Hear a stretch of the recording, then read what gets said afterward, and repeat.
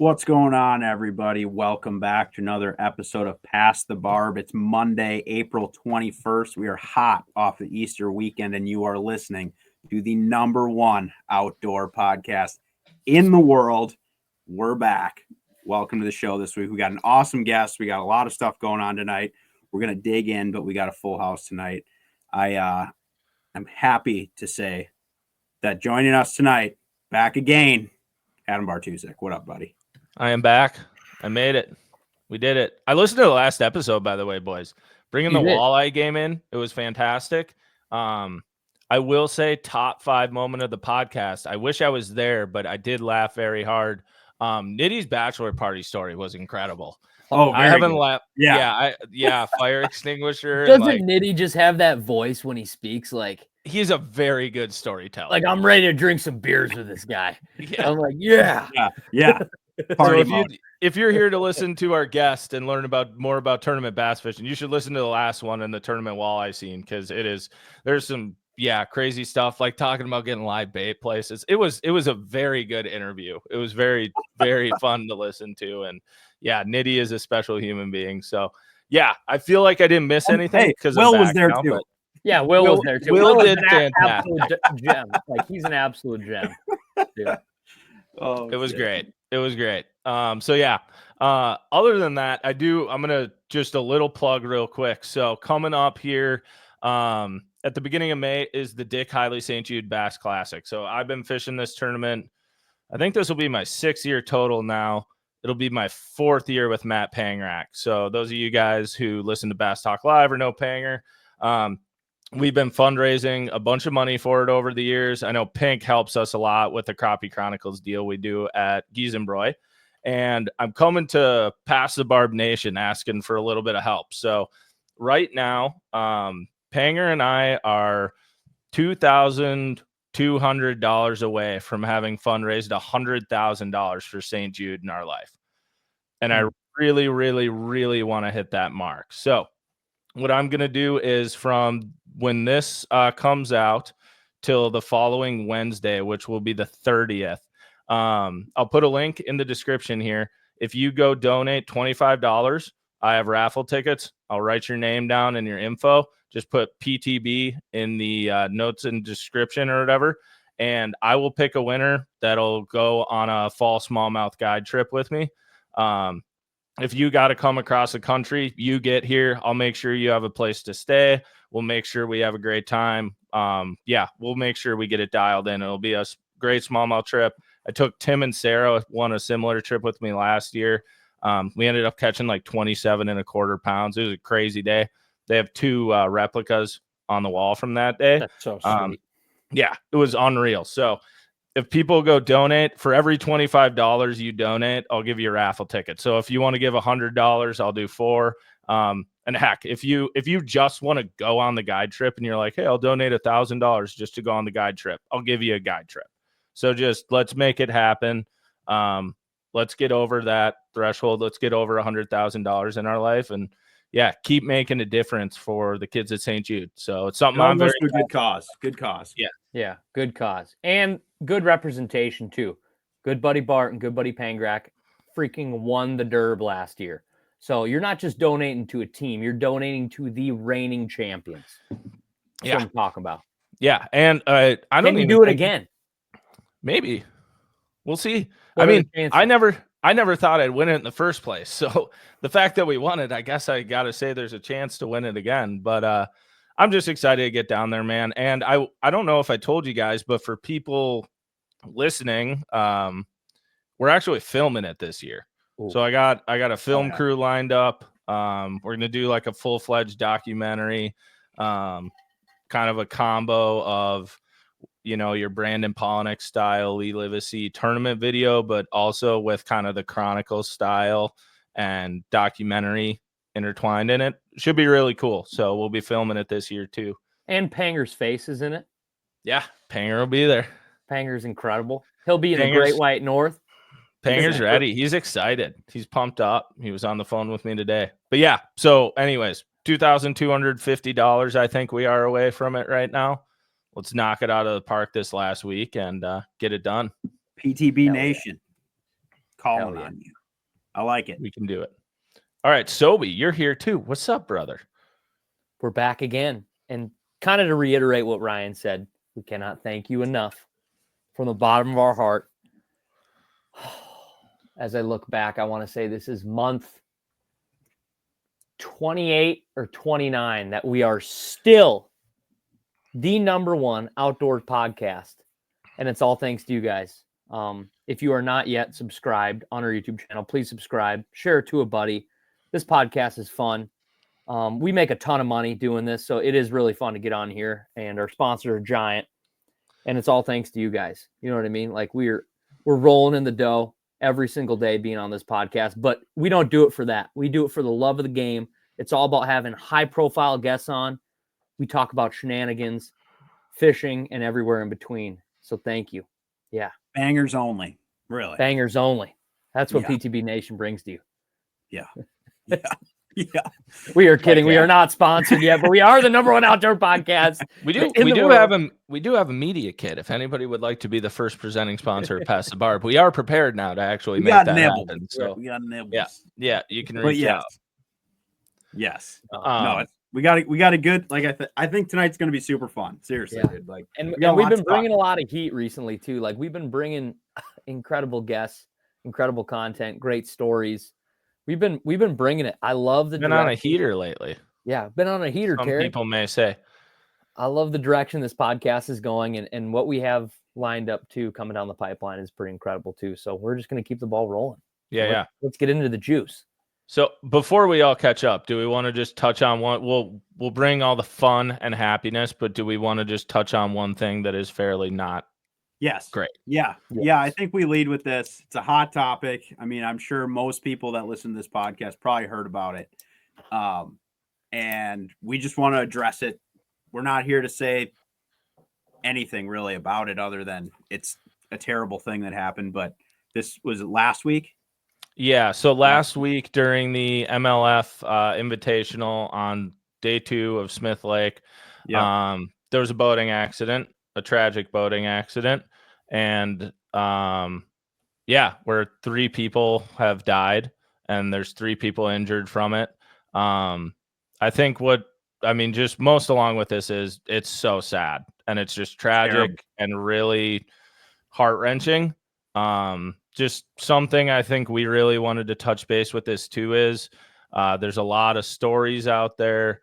There is a lot of different YouTube videos of people making claims and just talking about what they heard or whatever. There's news stories out and like credible information out that you can go read. And there's credible sources, I should say. And there's not information out on what particularly happened.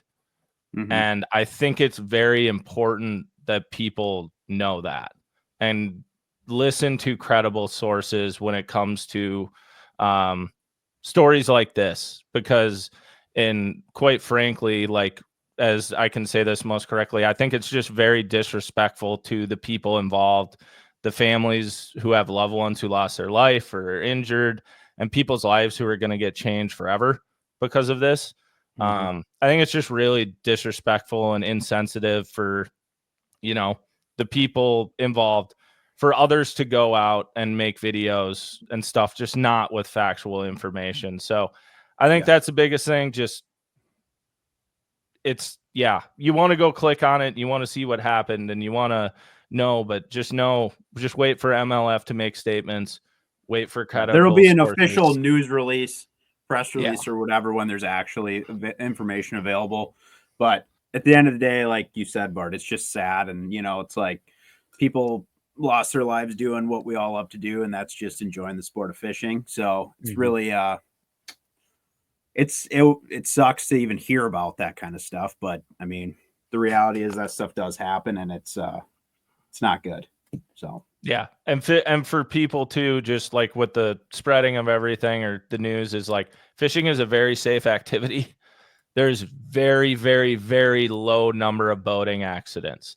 And when stuff like this happens, I think one of the first parts of the grieving process is blame. and people trying to place blame, whether it's on environmental conditions, a person, an organization, or whatever that is. I think the right thing to do by most of us is just to be like, this is sad, and just grieve that way and be okay with that and know that, stuff will come out, but it just sucks. Really sucks seeing in a sport we all love. Yeah. Yep. And if nothing else, it's just one thing to just keep in the back of your mind. Like, you got to be careful out there, no matter who you are, whether you fish tournaments, you fish out of a kayak. It's like, you gotta be careful out there. It's still a crazy world. So no environment you're in, know that you're on a public body of water, and just, try to be as safe as you can, because there's stuff we can control and stuff we can't. So just try to enjoy the activity the best you can. And I think it goes without saying from all of us, just super sorry, feel terrible for anyone that's been affected by this, thinking about everybody. And if there's anything we could do, we would probably do it. I don't know really anyone that's been involved with it, but I don't either. Yeah, it just sucks. But so sad news, sad news in the world of fishing. So, and we usually, we cover a variety of stories, and we try to stay up to date and, on topic and get a pulse on everything in the fishing industry. So we just thought we'd talk about it, but we're here to say we don't know any information, and nobody really does. And just watch what source you're listening to about all of this, just because it's such a serious matter. And we're just here to say it's super sad. We don't have any details either. And we're just, thoughts and prayers go out to everyone involved. So we just, that's all we have to say about that. And then now we can move on to some lighter stories. Yeah. Now let's have some fun and enjoy the world of fishing and the outdoors like we do on this podcast. Jokes, fun, great time. So, yeah, I think, boys, what's first up? What you been up to lately, basically? Yeah, I think we can. I don't know if you guys did any like holiday stuff for Easter or whatever, but this weekend I actually got out and did some fishing, which was fun. Nice. But I also, this past week was actually like the Minnesota turkey opening day was on last Wednesday. So like officially there is hunting available, people. Okay. A lot of turkeys get shot. Yeah. People not myself. I saw them posting turkeys dead. Yes, people were mowing them down across social media platforms nationwide. Mm-hmm. So yeah, there was a lot. Is there just more turkeys than ever before, or is it more popular now, or what is it? Because there's so many turkeys. Well, I think it's a little bit of both, right? One, people are posting about it like crazy, but we had a couple mild winters in a row. I think the turkey numbers are really good in a lot of places right now. But the first couple, because the seasons broke up into like periods of time, and the first couple are usually the most popular. So like right now we're in the first period of turkey season. So the first 2 seasons are essentially when I think the most people try to go, because it's usually some pretty good hunting. So, but yeah, looked like a lot of people capitalizing on it. I have a turkey story, and this is from all of maybe 90 minutes ago. Okay. Oh wow, fresh. Yeah, this is a fresh turkey story. I have Breaking to tell news. it now that you brought up turkeys. Yes. I was fishing a little shore spot this evening, and I knew we had the podcast tonight, so I'm like always like, never play it safe, never get home with plenty of time. I'm like booking it, right? I'm like 4 or 5 miles away from my house, and I look to my left, right off like a major highway, and I see what looks to be 3 full strut, fully fanned, mature albino turkeys with a bunch of hens, full strut, dude. And I freaking slam on the brakes, and like, don't really slam on the brakes, but I slow down. I'm like, I did not just see that. And they are like 20 yards off the highway. I whip around, and I'm like, I'm getting a video of this. This is absolutely incredible. It looked majestic, looked beautiful.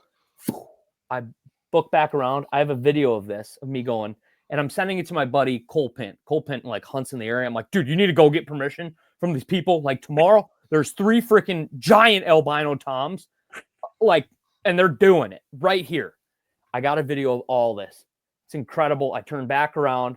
I get another little video of it. I'm like fired up. This is incredible. The sun is setting. 3 albino. Well, I guess one's for sure albino. The other 2 look like really smoky, kind of, like the smoky. And I like instantly call my buddy Cole. I'm like, dude, holy shit, dude, holy shit! I just saw the most incredible turkey freaking experience of my life. I saw it from the truck 20 yards. They got a chunk of woods there, guaranteed they're roosting there. Blah blah blah blah. And he's like, well, like, are they wild birds or domestic? I'm like, I've never ever seen turkeys in these people's yards, never. And then I go back and watch the footage, and there's like 3 chickens in front of these turkeys in this video footage. But I like for sure blocked that out because I'm like, and they were a full strut at 3 albino freaking turkeys, huge toms. And I'm like, this is some Nat Geo shit, dude. Are you kidding me? And he's like, oh, so you think they're domestic or not? I'm like, no. And I watched the footage back, and then I'm like, oh, yes, scratch that. I'm like, but they don't like have fences around. And I'm like, you're definitely going to need to get permission for this. Yeah. He's like, yeah, they don't need to because they like feed them every day and they're probably just going to not leave. And I'm like, oh, buzzkill. So that's my turkey story right there. Don't always believe what's off the side of the road.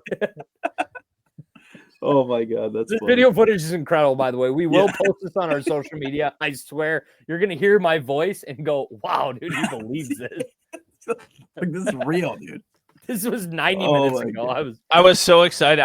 that was such a good story. I just went through that. I was so excited for you. And then you said the domestic thing, and I'm like, the motherfucker went by a farm. I'm like, dude, this did not look like a farm, dude. But the roosters in front of these turkeys as they're gobbling. I pulled over the side of the road and they're gobbling. And I'm like, this is incredible, dude. Who is getting this kind of footage?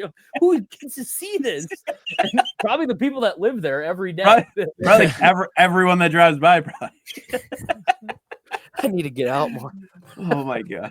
Oh, all right. That's so continue That's on, awesome. Ryan. Continue on. Well, anyway, no, I was just saying, I did actually, I hunted this weekend, just Saturday, because we had a bunch of family stuff going on for Easter on Sunday. So, I went out. Me and Nicole actually went on Saturday, and we had a ton of gobbling action. It was crazy. We called in like three. They were all grouped together. And they were gobbling their heads off, and they came in. They were like 40 yards away, but we never got them to like come into where we could even really see them.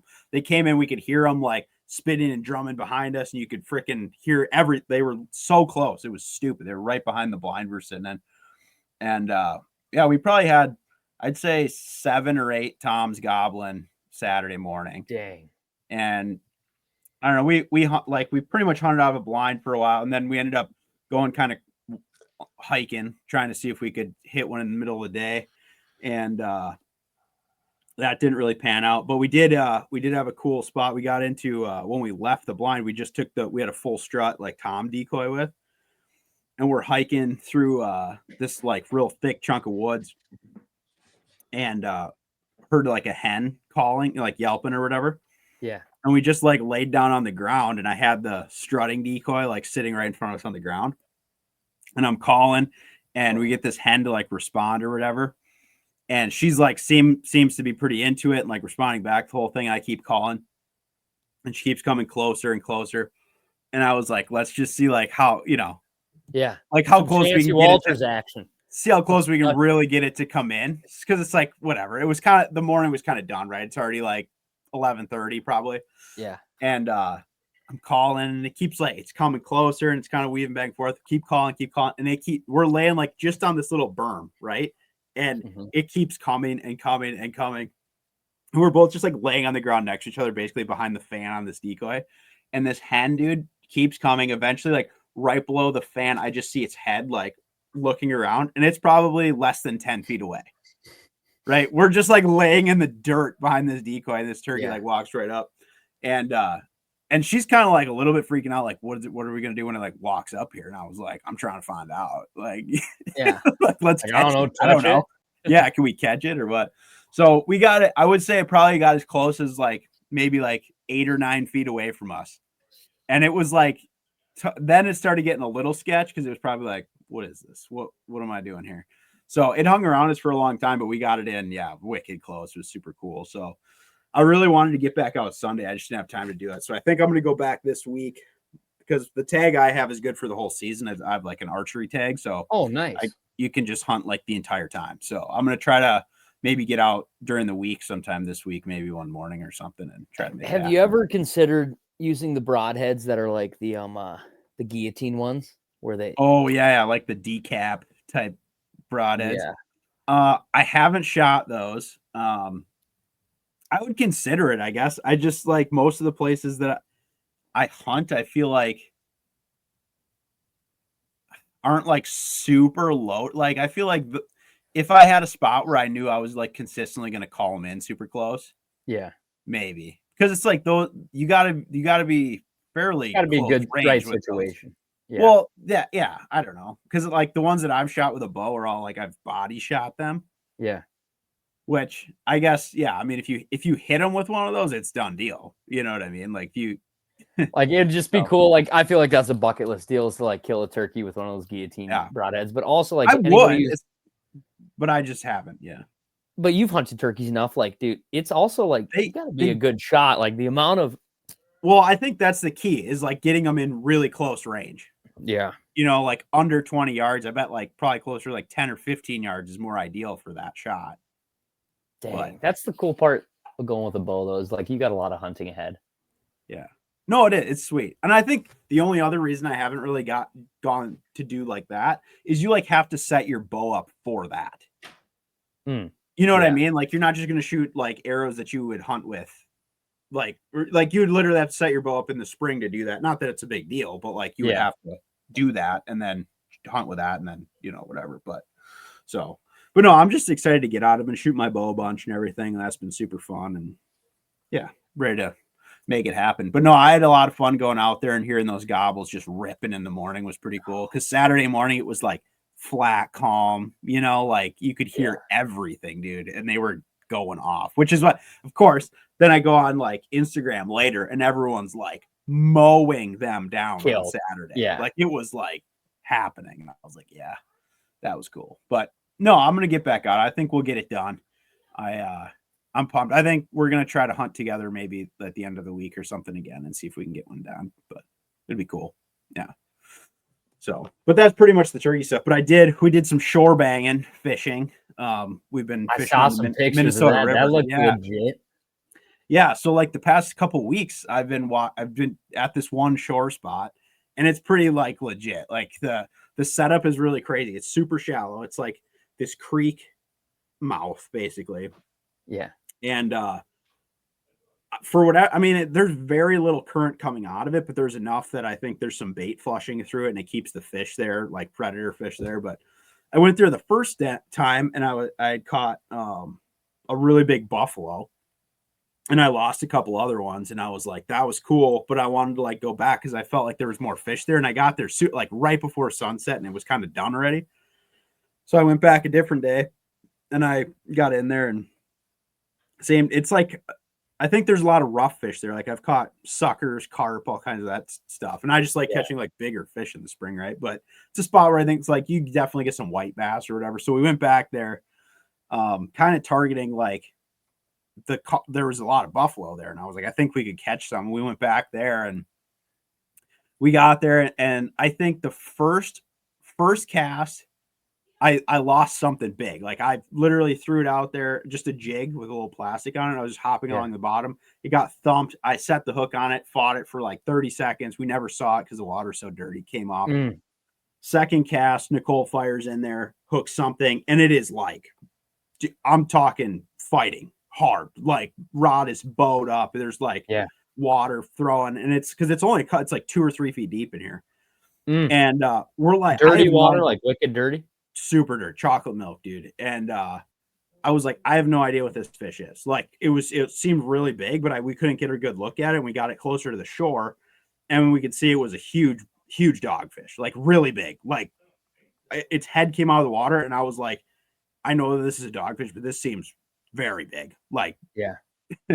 And so this spot, I think there's a couple people that fish down there. It's not very popular, but there was a net laying in the bushes there.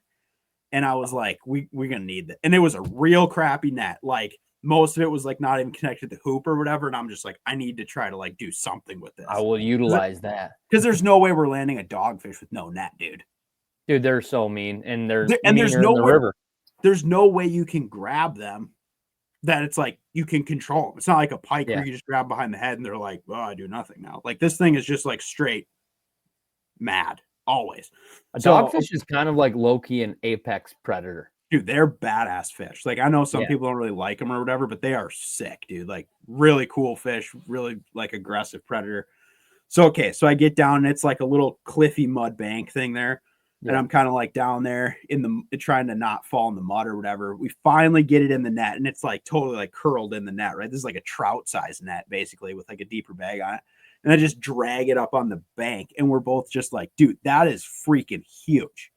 And that was her first dogfish she's caught on rod and reel. I think she shot some bow fishing. And I was like, this thing is massive.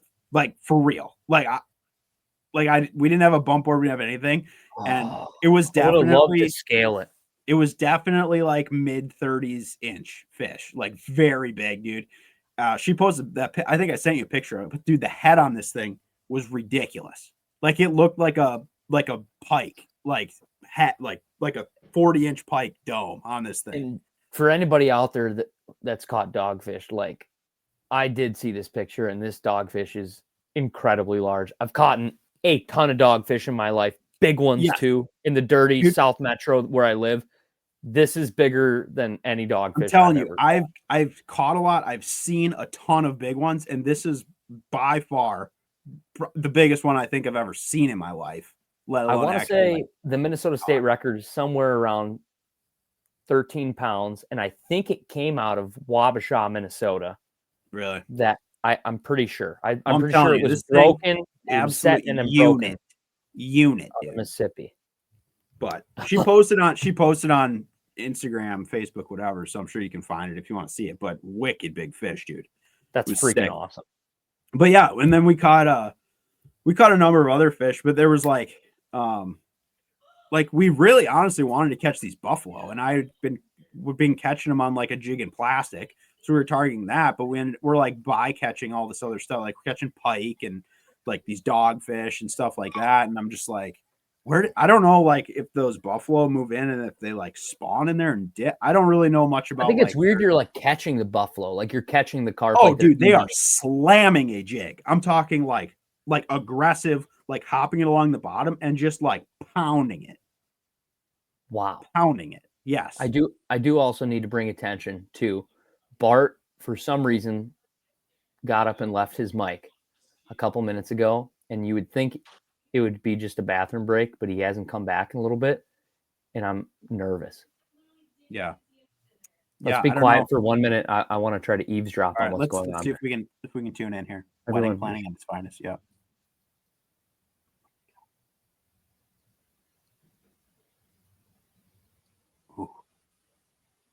It seems really quiet. Like maybe it did, but it had just ramped up. Like you heard that in the background, right? Yeah, I heard that in the background. Bart, before we started recording, Bart was talking to us about a lot of bachelor party ideas and different stuff like this. And I get the vibe he tried to run it past Alyssa right now, and no one knows how that went. I don't think it went well. I think it was mainly because he had an idea that he pitched at us, and then we immediately turned into something worse. He's back. He's back. Okay, yeah. No, but anyways, the freaking buffalo. Yeah, no, dude, the river is on, dude. Like I'm gonna go back. Like I said, it's a wicked cool spot, but for whatever reason, I'm telling you, dude, it was like as soon as the sun got low, game over. Could not get a bite. But I think it's sweet the amount of multi-species action that happens at a tiny little freaking creek.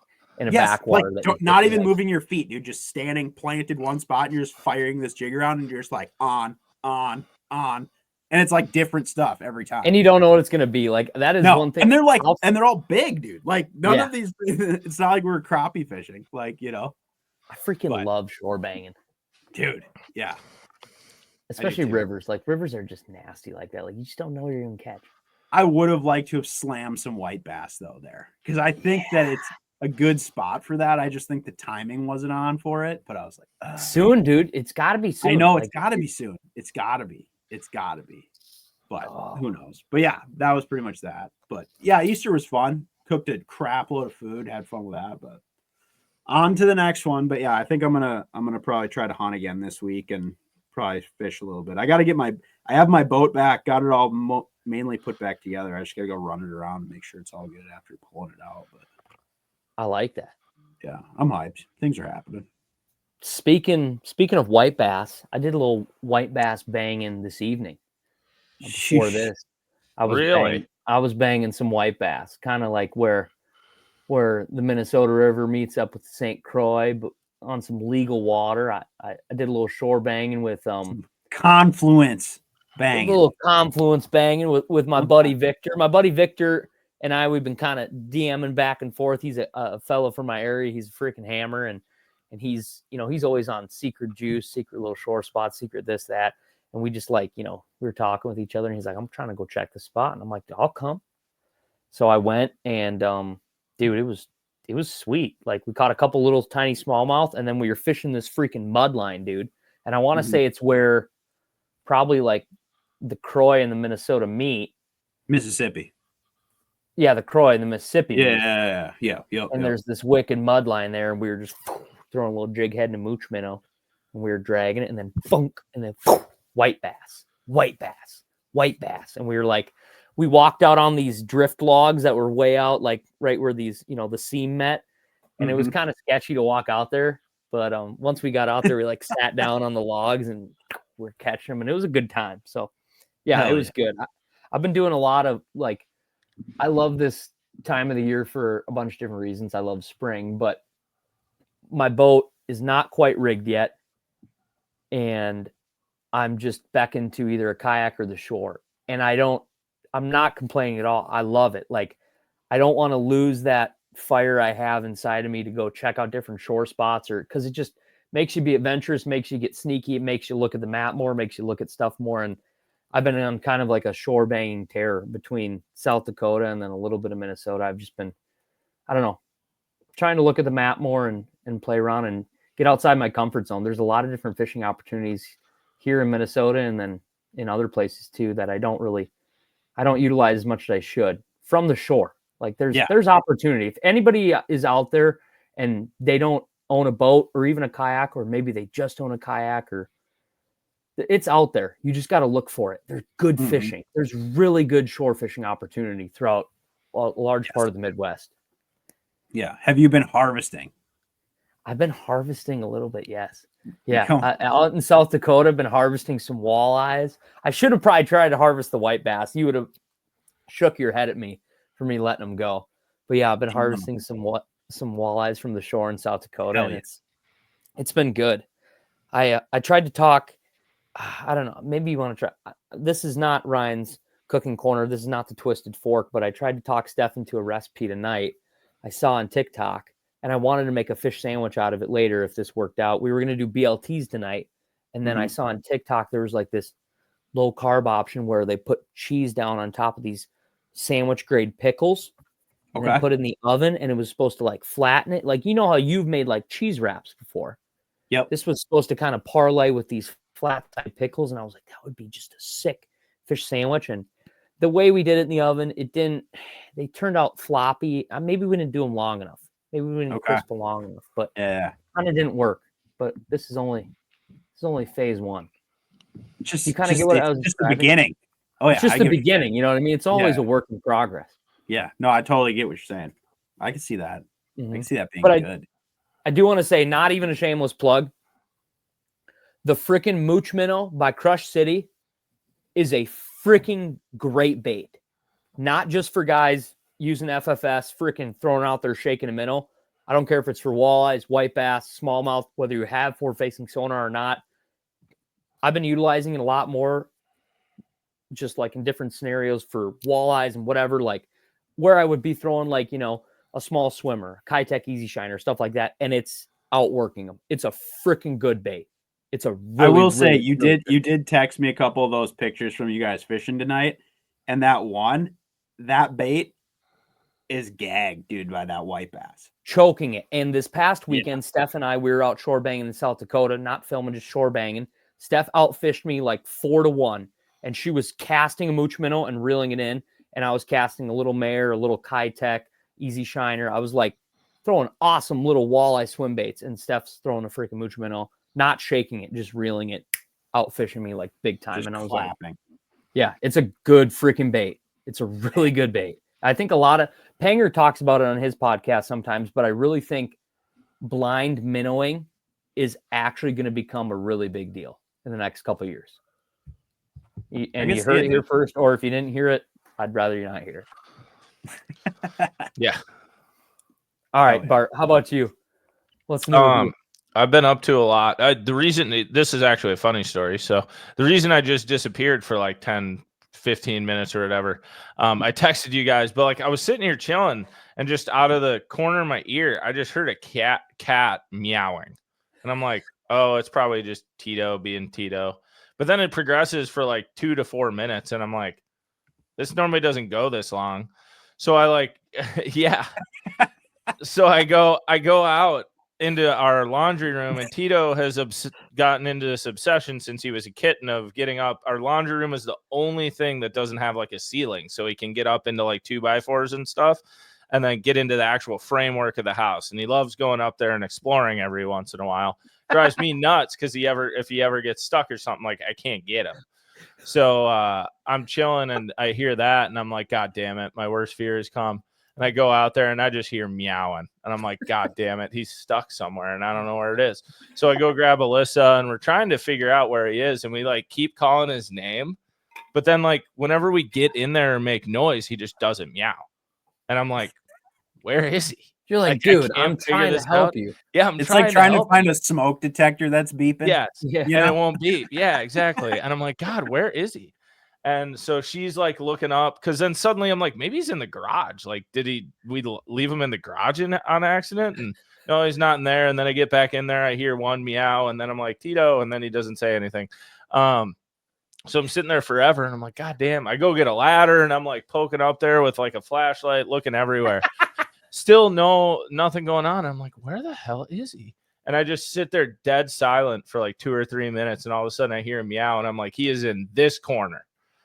And I'm like looking around. I'm like, where is he hidden? And sure enough, I'm like, Alyssa's doing laundry. Oh my God. Did she shut him in the dryer? And I open the dryer. Fucking Tito's head pops out. Oh my God. No. She just didn't start it. No. So I go grab her, and I'm like, I found Tito. Do you know where he was? She's like, where? I'm like, in the dryer. And she's like, that was like really funny until it almost wasn't. I know. So Tito just pokes his head out of the dryer. He'd have been meowing a lot there. Yeah. Well, we would have figured out where he was really quickly then. But dude, like, so my I love that she was probably mad at you first, right? Yeah. and then you're like, hold on. Yeah, but like seriously, in my head, I'm like, why'd he stop meowing whenever I came in? And then I thought of it. I'm like, I don't care if you're nocturnal or not. If you're in a dryer, it's got to be fucking dark, dude. So if all of a sudden someone starts saying your name, you're like, what the fuck? You totally could have played into this. You totally could have been like, yo, honey, when's the last time we did laundry? And she would have been like, I'm currently doing it. I'm the one that does laundry all the time. Oh yeah? Well, you locked our cat in the dryer. Yeah. So yeah, that's where running. Anyways, that's what currently was just going on. That's why I disappeared for 10 to 15 minutes of this podcast. I thought I was going to have to crawl into the rafters and go find a cat, because like it was a meow of like concern or I'm hurt. And I was like, oh shit, he got tangled in a wire or something up there. No, he was just in the fucking dryer. I can't wait till the next time you guys are fighting. You're going to be arguing. You're going to be like, what, are you going to put me in the dryer? I can see it already. You shut up. What are you going to put me in the dryer? Yeah. You take that back. Yeah, that was good. And it was a mistake. Oh, when you were gone for more than like 2 minutes, I was like, he's definitely not taking a tinkle. Something happened. Yeah, because I was just, like I said, I was just chilling here, and all I could hear was just this meow, and I was like, what the hell? That's why if you watch a replay, you'll hear me pull my headset off, and I'm like, yeah, it's definitely Tito. And then I texted her and I was like, he's yelling down here, but she was on the phone with her mom upstairs and the whole deal. And I'm like, well, I guess I'll go try to figure out where the cat is. I would have donated some fat money to St. Jude to be a fly on the wall for that whole situation. I would have gave some fat money. You should have seen her face when I was like, I found him. And she came around the corner and his head was just poking out of the dryer. That's electric. That's a good current events. Yeah, current events. Wow. That's what was currently going on. Other than that, new boat. I got out. So me and Luke, cameraman Luke, went down to Winona on Thursday and Friday, and then drove back Saturday for Easter. But did a little river banging. It was fun. Caught a bunch of fish. Looked like you caught some nice ones too. Yeah, it was good. It was a lot of fun. It was funny though. So Pink, you so on this trip, I was like helping Luke out with learning new angles and just, like working on new camera stuff. And I was like, dude, you can fish. Yep. Like, we're just going to be burning around fishing. So like you can fish. There's not much on the agenda here other than is he helping you shoot the St. Jude thing? Yeah. So like getting on the same page for the Jude, different shots, I bought those new DJI GoPros basically. And I got the mic. So like I wanted to mess with them and see what they're like how do they work? Yeah, the camera's insane. Like the camera's audio is nuts. So Nicole has that one and it's sick, dude. Yeah, super good. So I'm starting to mess with those a bit. McCoy, I had texted McCoy who filmed for Scott Martin, and I was asking him like what the setup was, and he said they went to all those. And then like Pink, you remember he told me he went. Yes, he was like, yeah, we went all to all of them. They never overheat. So okay, let me just interject here because this was hilarious. So Bart bought one of these, and we took it to Montana when we went ice fishing out there. Yeah, and it was like Bart, what -15 degrees, -15, -20. It was insane. It was fucking so cold. Insanely cold. So first time ever using this camera, and he said he just talked to him, and he's like, "Yeah, dude, we used them in Florida or whatever. Never overheat this whole thing. It's -15. We're in an ice shack in Montana. It was running for maybe 10 minutes, and it's beep beep beep beep overheated. Shut off. Wouldn't even you're like hitting up McCoy, who is in like. I would have texted him, but I had no cell service for 5 days. So we're in Antarctica and this thing won't work. And you're telling me in the heat of Florida. So anyway, that's my one bad review of it so far. I haven't figured out the overheating circumstances in other places yet. It did not overheat all weekend or the time we were down there. So that was maybe good. It's just weather extremes. But it is very cool. Like Luke, like just a couple little things Sobe you'd like about this. Just a little tech talk, but Luke connected to it on his phone, like on an app, and it's awesome because like he'll be boat to boat filming us, but then we'll have like a couple camera angles in the boat too. And he said that since he's linked to it or any of the ones in there, he can clip. So like if I forget to go clip a fish catch or something and he's watching, he can just go doot on his phone and he can watch the live feed on his phone. So like he can just be chilling and seeing it and be like, oh, that was funny, and just clip it, and I don't even have to do anything. So like there's small. That's a small little like if thing. You had somebody on the back end, like kind of like producing it while you go, you could be like hitting it. Yeah, for sure. Like cool little thing there. And then the mics are insane, super user friendly. I wanted to say that too. Anybody who does any filming or wants to get into filming, even if it's just on their cell phone, DJI makes, I think, the best wireless mic for your money that also coordinates with a phone or a camera or anything. Like DJI wireless mics, DJI, what is it, Mic Pros or DJI Mini, the twos. I got to get on that because I tried the Rode ones, but they weren't that good. No, the Rode ones weren't great. We ran those for 1 year in the Champions Tour, and they were okay, but they blow out every once in a while. These ones are nice, and like they're very well thought out because like the Dead Cats, for example, for the mic, instead of it like being an elastic screen cover you put over the mic, it actually has a way where it plugs in through an auxiliary port, so it actually plugs in. So then it plugs in over it.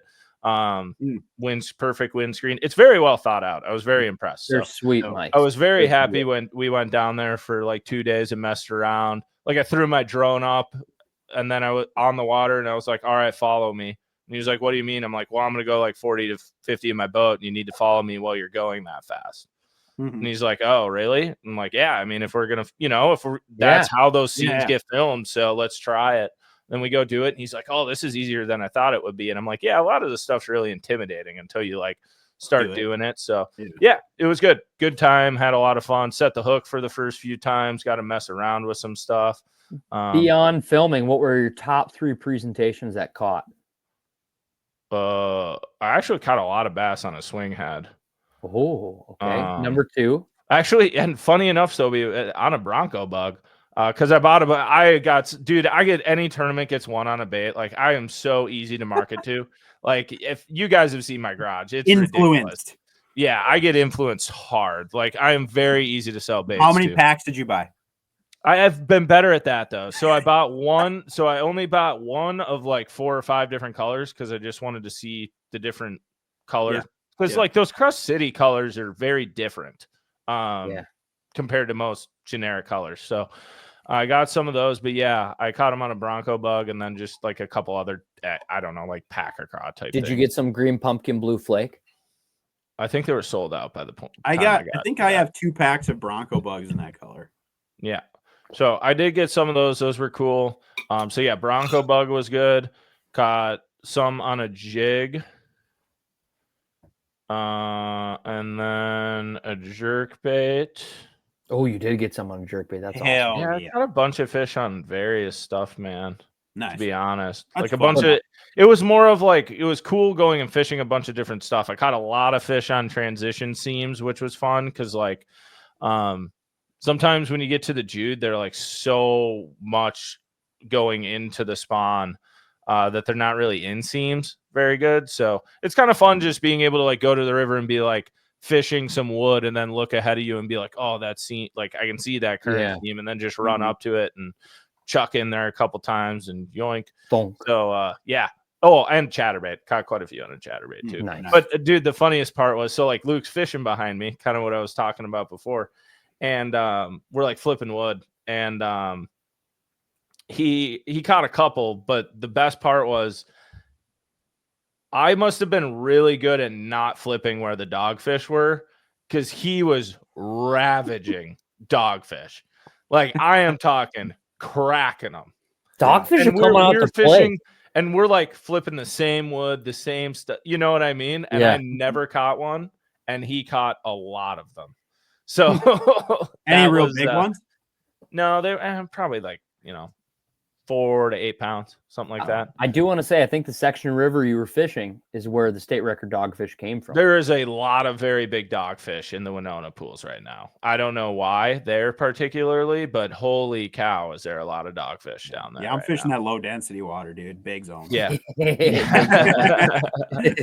But yeah, other than that, me and Alyssa went on a vacation to San Diego. We'll talk about that when we get to our next segment. Actually, I have a lot of notes on my phone from San Diego that I think will be pretty funny.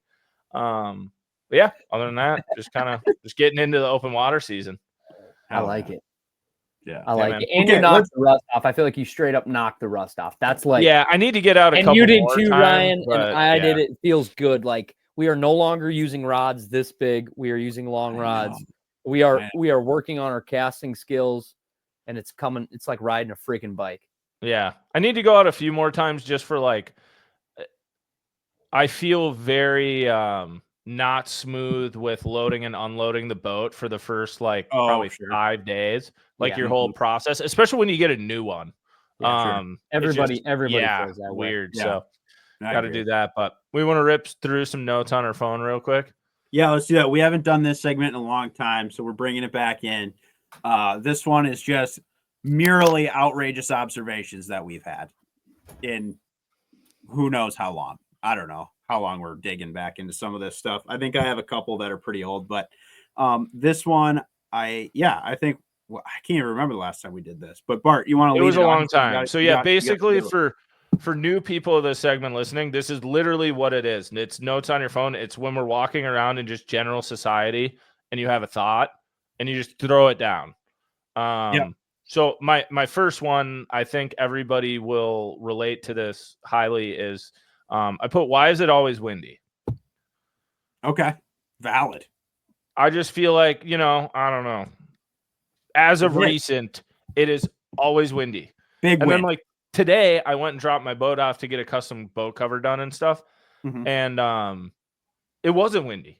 And I was like, the one day of the week. But the 'cause moment every you other want day- to do something, windy. Well, it's just always windy in general. So even just trying to find a day it's not windy seems hard. So that was one I put down. I feel like it's just always windy now, and I don't like it. I would like to go Here to back to the stay, days of no wind. Yeah. I feel like and this could be a Minnesota thing. I don't really know. It feels like we're the Dakotas now. I don't quite get it. Are we in one of the Ninos? What are I don't know. we We a haven't weather had person? Waldron on in a We while. need a I'm sure weather he could give us person. a scientific explanation. bow of this. echoes, things like that? I don't know. Okay. Do we want to just roll around with what everyone's got, or do you want me to go through all of mine? Oh, we could just bounce right here. I got one. So this was My first note on my phone, Sobe, since you just got back, it was why is it always windy? So Yeah. Did you just piss again? Yep. Incredible. I need to see a doctor. It's been not even that long, dude. I need to see a doctor. Yeah. We don't need to Okay. talk. Hey, no, don't put Okay, a label Ryan, on me. Ryan, what do you All right. got? So I went to this place called Good to Go Gas or Good to Go. It was a gas station. Okay. It was in Colorado. This was what's been from the fall. This was like literally number one on the top of my list. They had, and like, I don't know why this bothered me so much, but like I bought a water bottle there, right? Like I was thirsty, got a water bottle. They had the thinnest water bottles I have ever seen. This was like a Ziploc bag in the shape of a water bottle that I bought at this gas station. I'm sure it was like $5 for a bottle of What water. was the brand?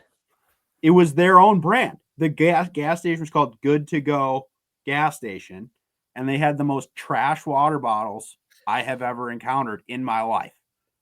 And I bought it, and I think I was just as shocked taking it out of the refrigerator when I bought it as I did. But like, I never even thought until this moment that I had an opinion on bottled water, but I hate these. So there you go. Good to Go gas station, dropping the ball. Bottled water sucks. That's a good one. Sobe, It do you literally- have I'm a telling note you. on your phone? Yeah, I got a couple. No, that's fantastic. That's why we I'm have this telling you. segment. That's very fantastic.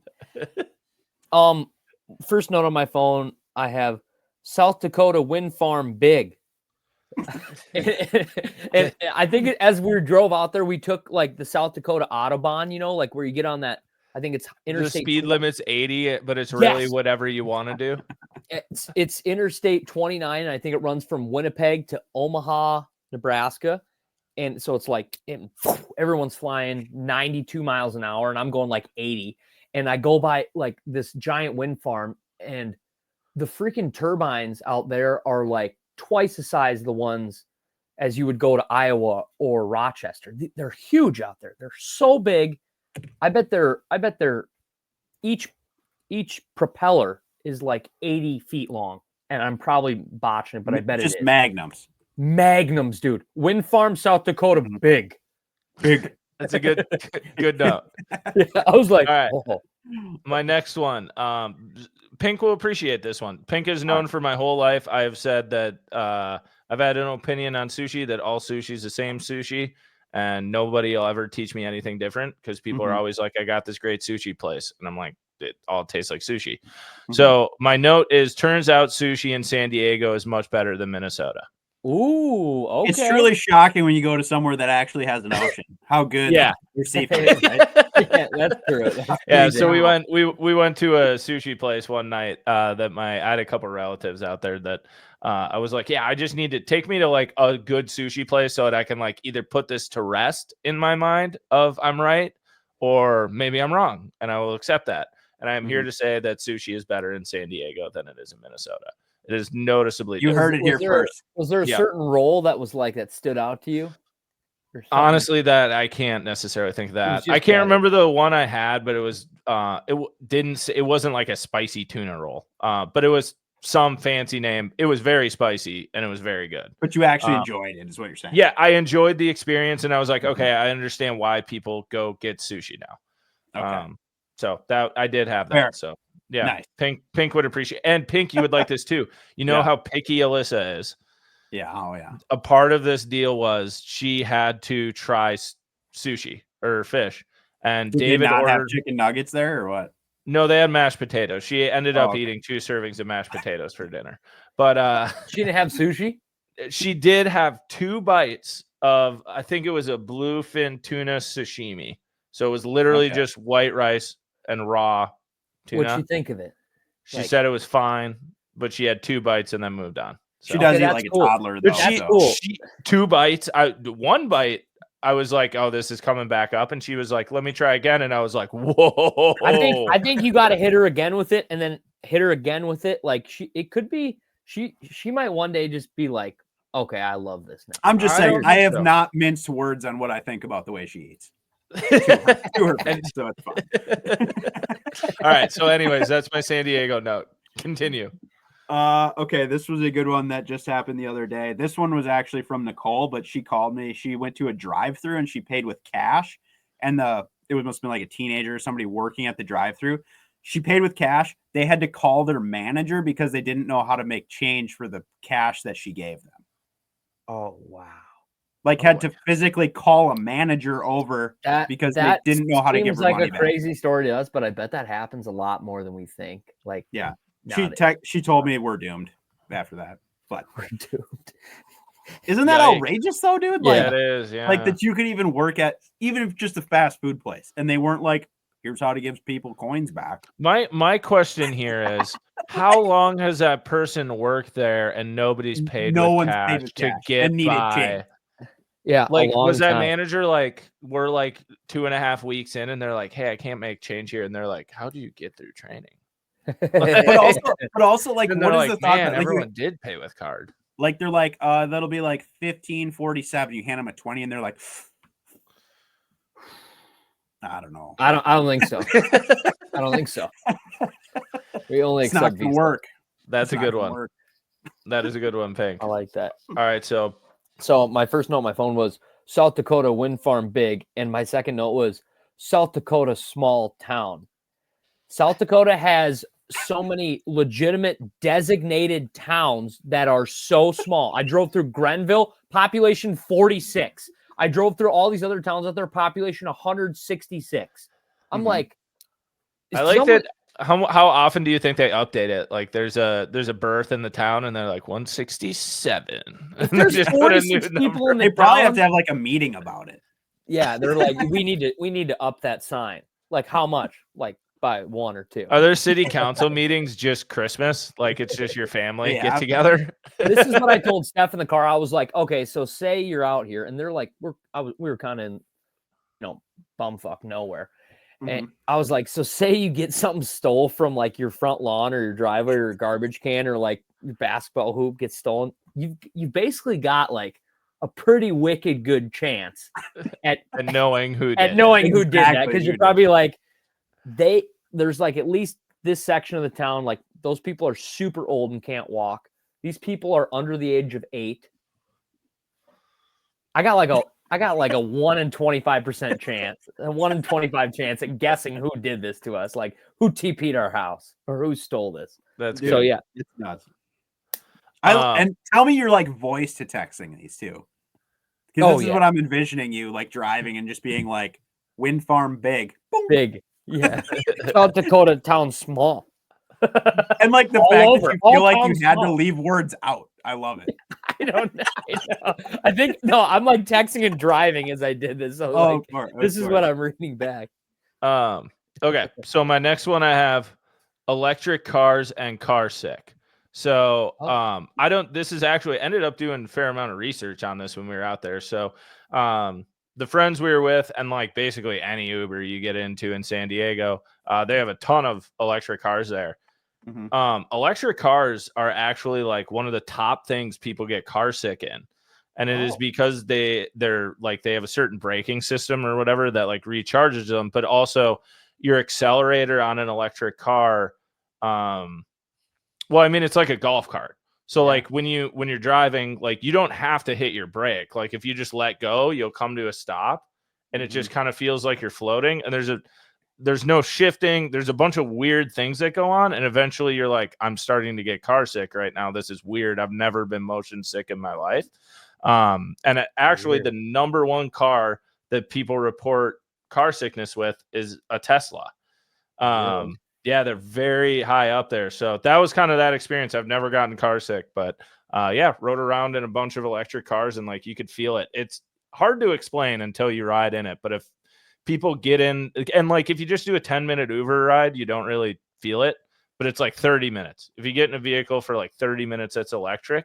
But yeah, very unique experience. I just want to piggyback off of that. I listened to Brandon Palnick, Carl Jacobson, and Kyle Vandy Hammer's podcast, and allegedly Kyle has a lot of money in stock in Tesla, and now you just made it go down. So if Kyle loses a bunch of money, this is on you. Kyle will be all right. This is on you. He'll just he'll be fine. He'll be fine. All right, I got one more good one here. And this one, I just put Jack Link Stick Balloons ? I don't know why in the past, like, probably 3 or 4 months at Quick Trip specifically, I don't know why, Jack Link's sticks, the sweet and hot one, like half of the packages, dude, straight inflated like balloons, dude. That's on the do not buy list for me. I don't know what is going on there. There's been no press release about this as to what is that going miniature on salt mystery package in there that keeps them moist. I'm telling you, dude, do not buy the inflated ones. I don't know what it is. I don't know what's going on. We need clarity. If somebody knows, drop in the comments because this shit is out of control. That's and funny. It hasn't been a problem until 3 or 4 months. Past 3 or 4 months, something's going on. Come on, Jack. That's really interesting. Come on, Jack. We need answers. All we do, we're just pointing out the questions. Anybody with inside. I'm not saying I know what this is about. I'm just saying it's a thing. It's out there. We're never gonna get a Jack That's good sponsorship after stuff like that. But Quick Trip, what's up? Sobe, do you got more? Yes, my last one, and it's funny. Ryan brought up jerky. I have meatball good. Okay. I know. My dad made some protein balls off of Pinkala's recommendation. Hell yeah! I'm making those tomorrow. The nugs recipe. Yes, the little venison nugs. I want to go run out to my freezer and grab it. And he listened to everything. He even portioned them out so there's like 6 of them in a little baggie. Because I got the pictures, dude. I got the. He's pictures. like, he sent you pictures? Oh yeah. Dude, they're good. That's my first time ever having them. They're them. amazing. They're the best boat snack in the world. I'm glad he portioned them, dude, because that's like, you could eat a lot of those if you were like in a mood and hungry. And I'm glad he has them portioned so you could just grab like 1 or 2 bags and they're filling. Yeah, they're good. They're awesome. They're good, dude. Meatball good. I like it. All right, I got a couple more, but I'll rip through them quick here. All right. Yeah. Pink, you'll like this one. So I pulled this move for the first time in California. We were at a breakfast place, and I'm recommending everyone does this if you're out with a couple friends for a breakfast, and it's called French toast for the table. So this is and I know Pink knows where I'm going with this, so this is good.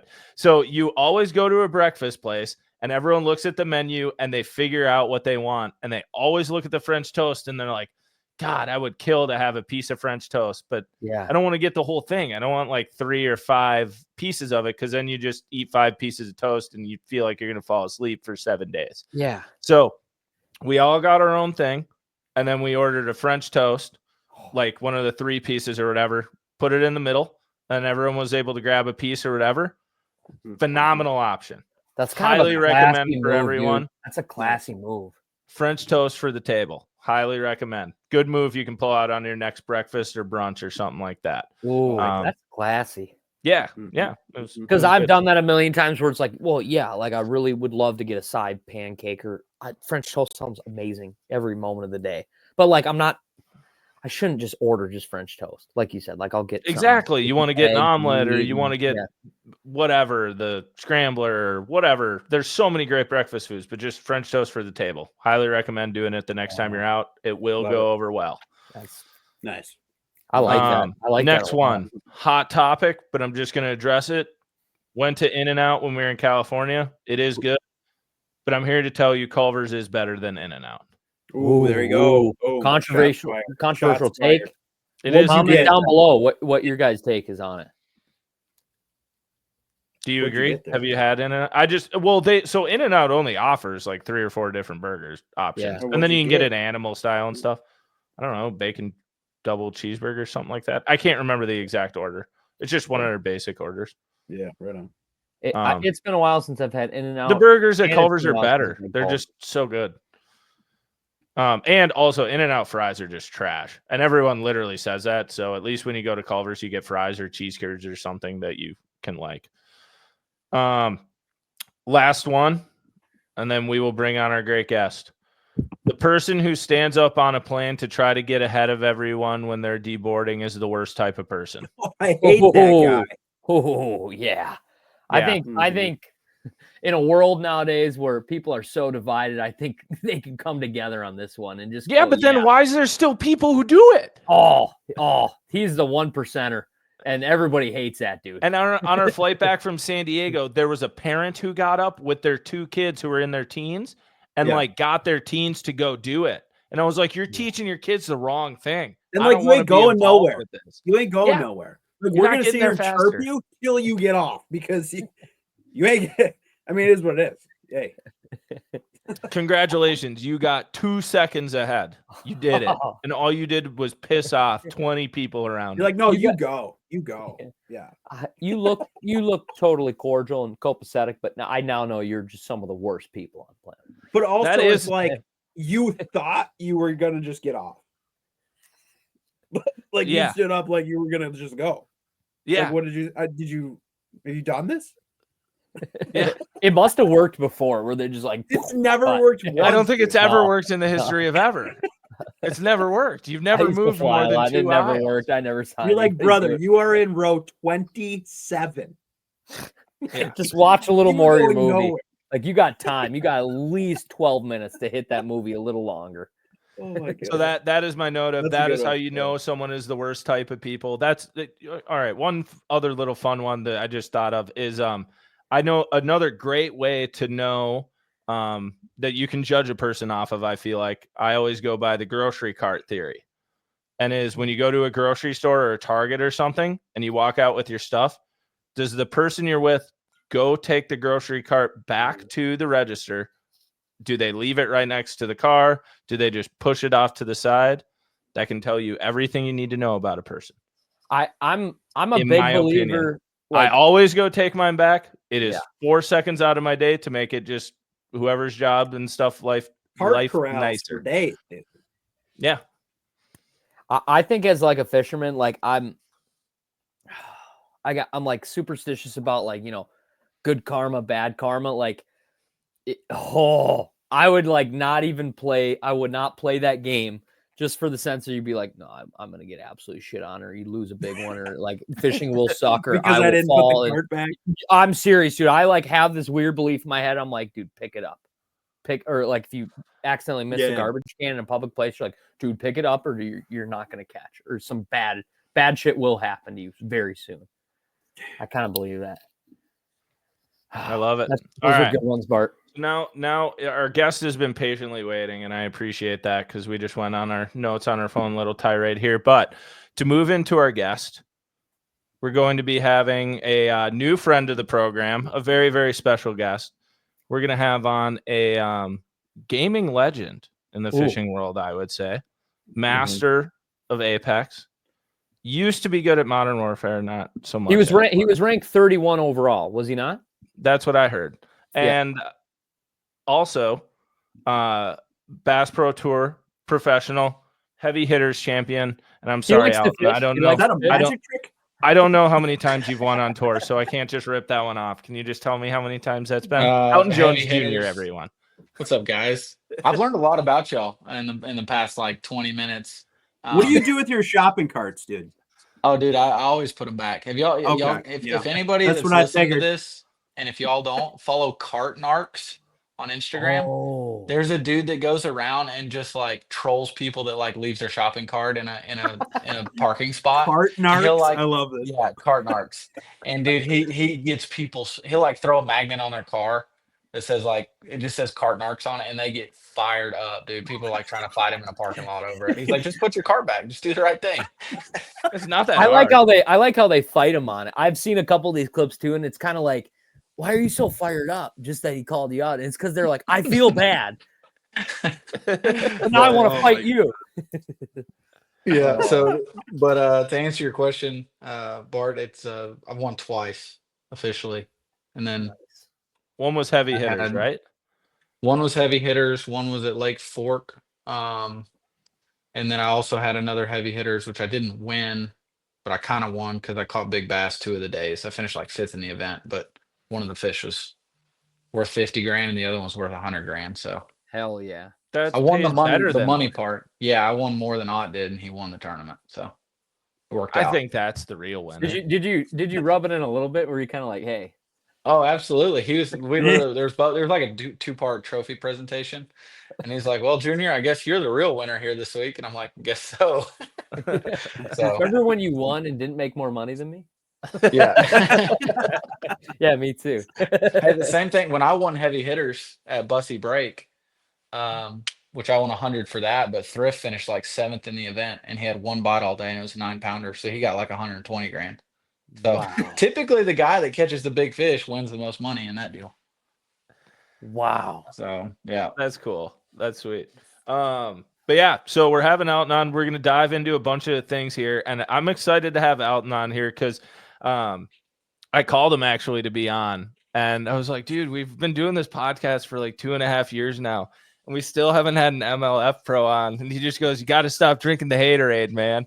And I was like, that's a great line. I love it. So we got to give credit where credit's due and have a good time chatting with all the bass fishing professionals. So here you are representing everybody at MLF. How do you feel? I don't know if I represent everybody, but man, it's good to be on. And I've never met Sam in person or Pink, but been, like you said, gaming with Adam since COVID, basically since like 2020. You, me, and Ronnie Moore and Brandon Cobb, and that's how our Shane friendship. What did you guys Shane, used to yeah. play? Warzone, yeah.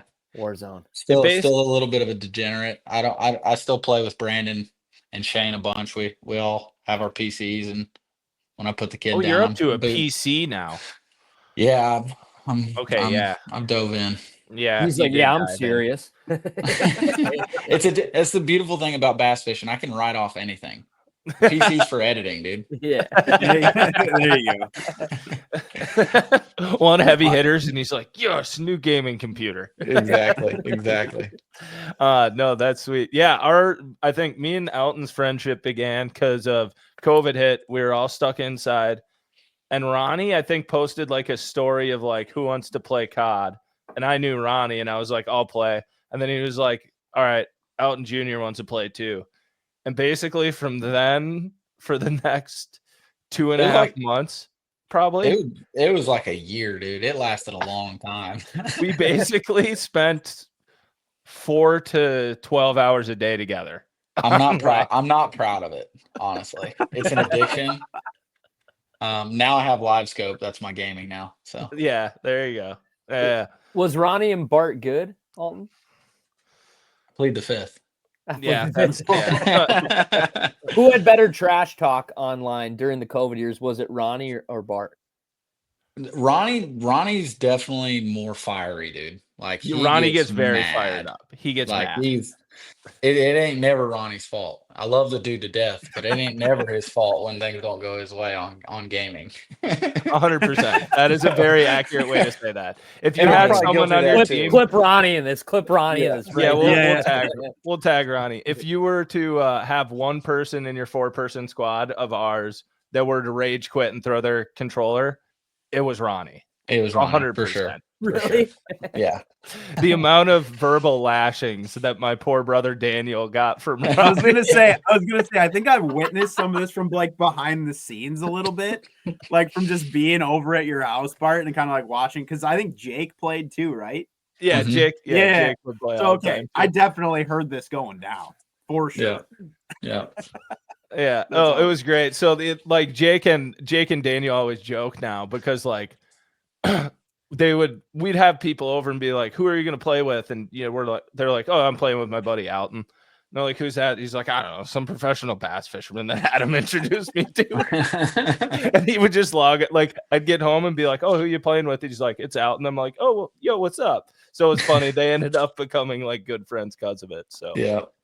And then interesting Jake point in got our really life. into fantasy fishing just to like shit on Ronnie more. Yes, he did. Jake got really into fantasy fishing just so he could text Ronnie and be like, I beat you. Dude, he's probably good. Like, Jake doesn't know anything about bass fishing. Dude, he was actually really good at. Probably good. He's in our all, PTV yeah, group. all emotions removed. That's what makes a good sports better. Everything. Yeah. Just off the stats. He did. Yeah. He fell in love with Taku though, because then he started watching live, and I think Smallmouth Disneyland happened, and then he picked Taku for like a year straight. I don't know if anybody that bass fishes that doesn't love Taku. Yeah, that's very fair. It's impossible not to like him. Yeah. All right. Anyway, so enough about the gaming side. We'll start diving into everything. So I think what's super cool, obviously, about the start of your career, Alton, is you started. I mean, how old were you when you started traveling the country with your dad? Like, did you ever go to grade school, or were you homeschooled? I went to kindergarten. That was it. And then I was homeschooled from first grade through high school. And so we had for the first couple years, it was just traveling around in a suburban hotels, wherever we could stay. And then we ended up getting an RV. And so it was me, my mom, my dad, my two sisters, and two Labrador retrievers in a 45-foot bus, towing a boat. We had a trailer that the truck went underneath and the boat went on top. And we traveled around all across the country. My dad was fishing FLW and bass at the time. And so it was like 22 events a year. And I mean, it was a lot of time on the road. So and I was homeschooled. So I would do my little bit of schoolwork at night, and I just fish with my dad all through practice, rain, sun, snow, whatever. So I got to see a lot of versatile bodies of water, different times of year, different conditions. You know, I officially started my pro career when I graduated from Baylor in 2014, and fished the Bassmaster Opens for 2 years. But like a lot of these bodies of water where guys travel around at 22 or 23, whatever I was, I'd at least seen them before, So even if I was just a little kid, I had some notion of like what the lake looked like, what it laid out like, and how to fish it. Oh, that's sweet. So like traveling around like that, did you ever felt like you had a home?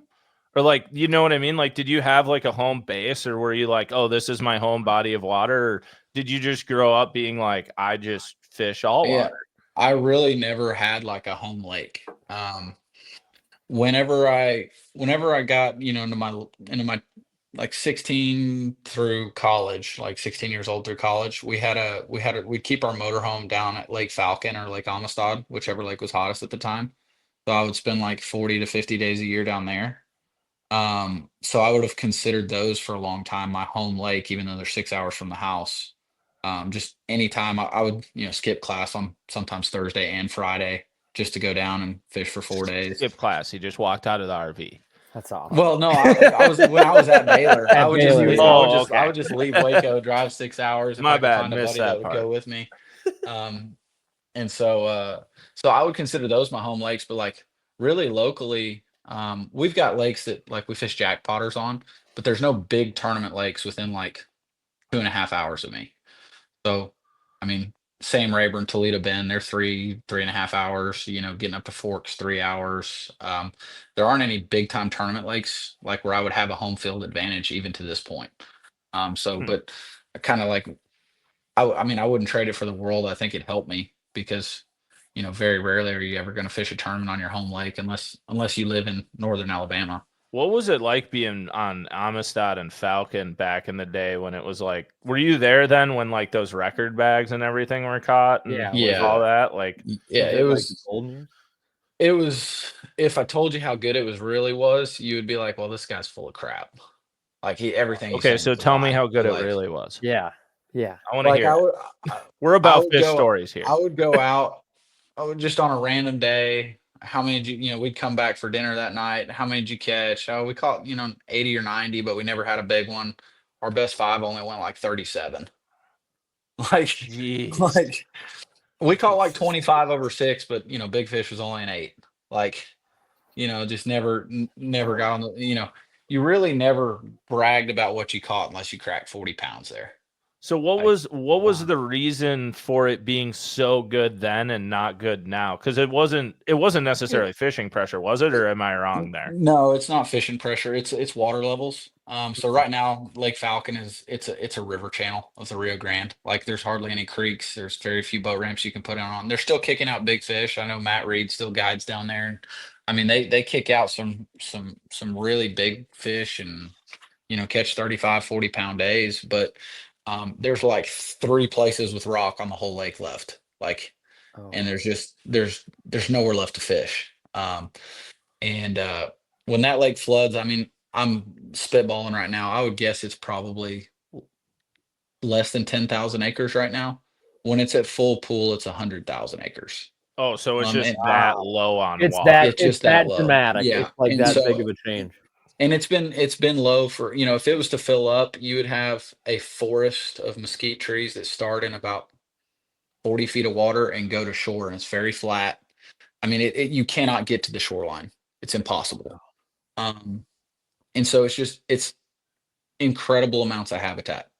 All these lakes, and I see it even in Central Texas. When we get 2 years of drought, you get a lot of fresh growth. I'm convinced that, like, look at OH Ivy, right?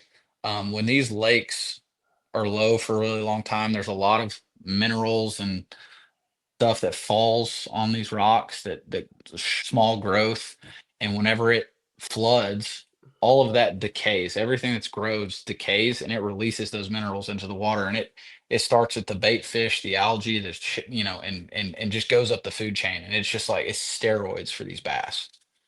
And so the minerals part is kind of my theory on it, but it's instant bass. Just add water. Like, it floods, and it'll be bad for about a year after it fills up, and then when it begins to slowly fall, they just show, like, 5 pounders just show up everywhere. I'm convinced that those fish especially at Falcon, are the fastest growing bass in North America.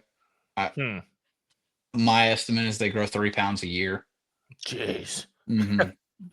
Yeah. So, but with that, I think they have the shortest lifespan of any bass. Okay. Why That's do why you you say don't. that? Water temps there in the summertime, they stay in the mid 90s.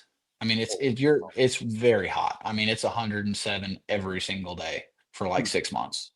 And so I think their metabolism to survive just has to be so high that they eat and eat and eat. And I've just watched over the years, you have a fallen year, you don't get a good spawn, and all of a sudden you don't catch any 2 and 3 pounders. When you get a bite, it's a 5 to 8 pounder. And I've watched fish down there enough to watch those year classes change.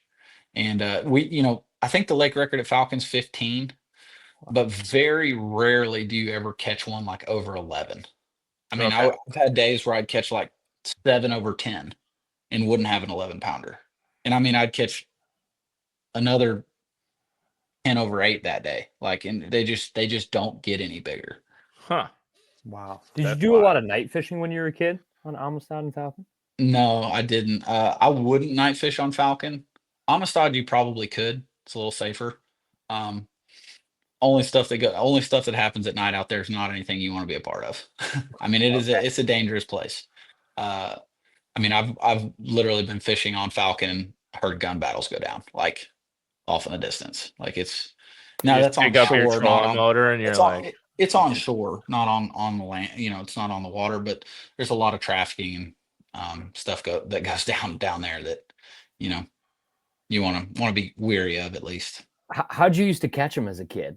What was Like down there at Falcon, Yeah. we caught a lot of them deep cranking. That was probably the best way. Like, just throwing a bomber fat free shad around. The 10XD wasn't out yet.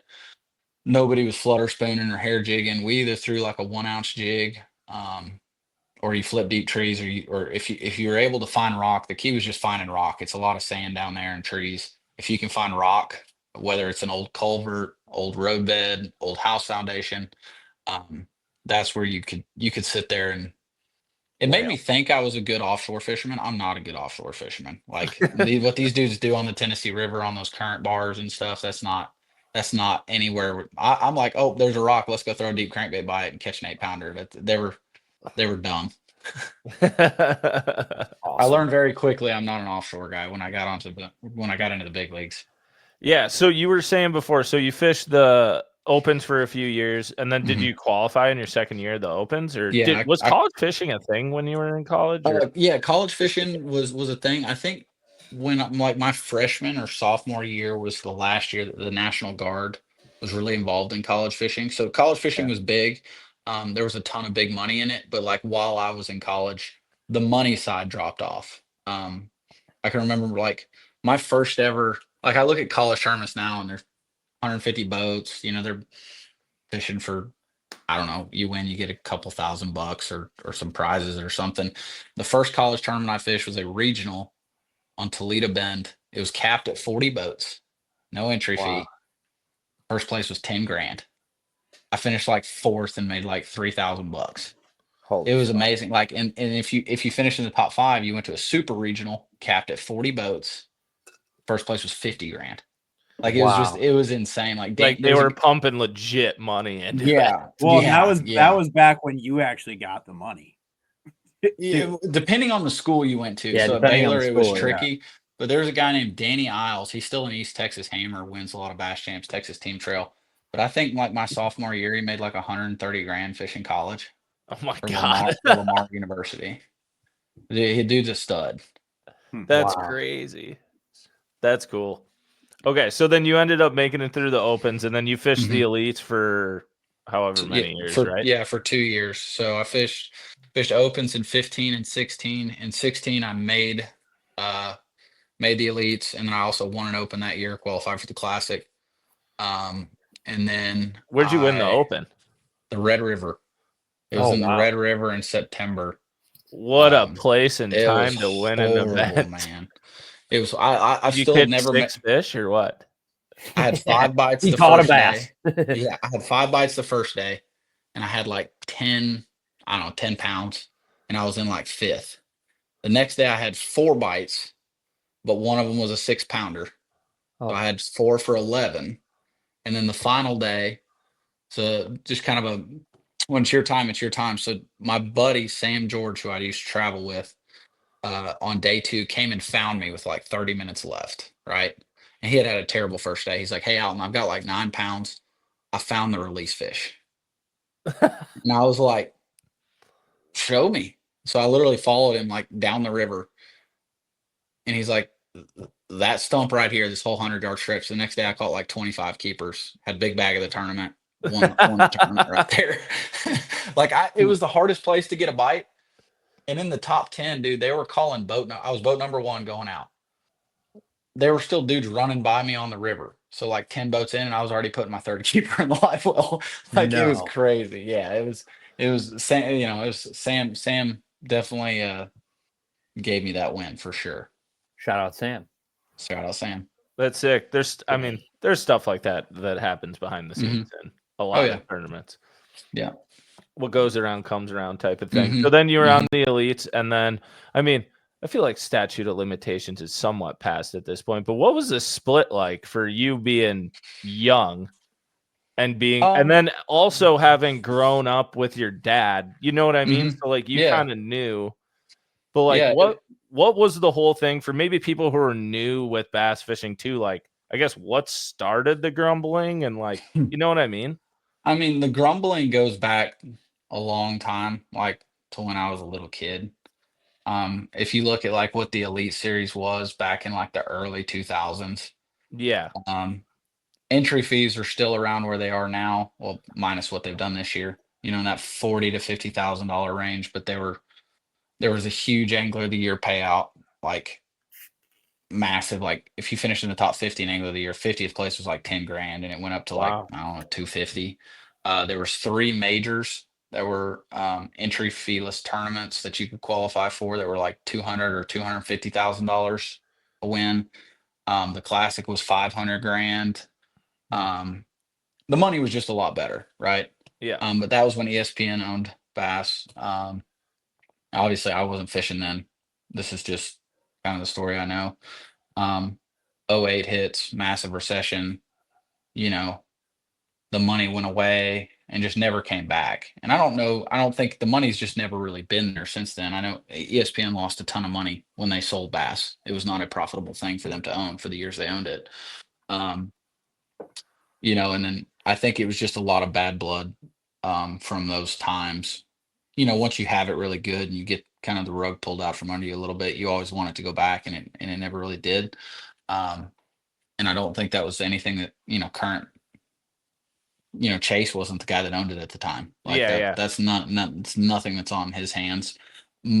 Like Chase, I think it owned it for like a year and a half whenever the split happened. So, but the split was terrifying. I'm not gonna lie. Like Yeah. I've worked my whole life dreaming of, being on the elites, fishing against all my heroes, and then the split starts to happen. I get an invite and I see all my heroes going, peace.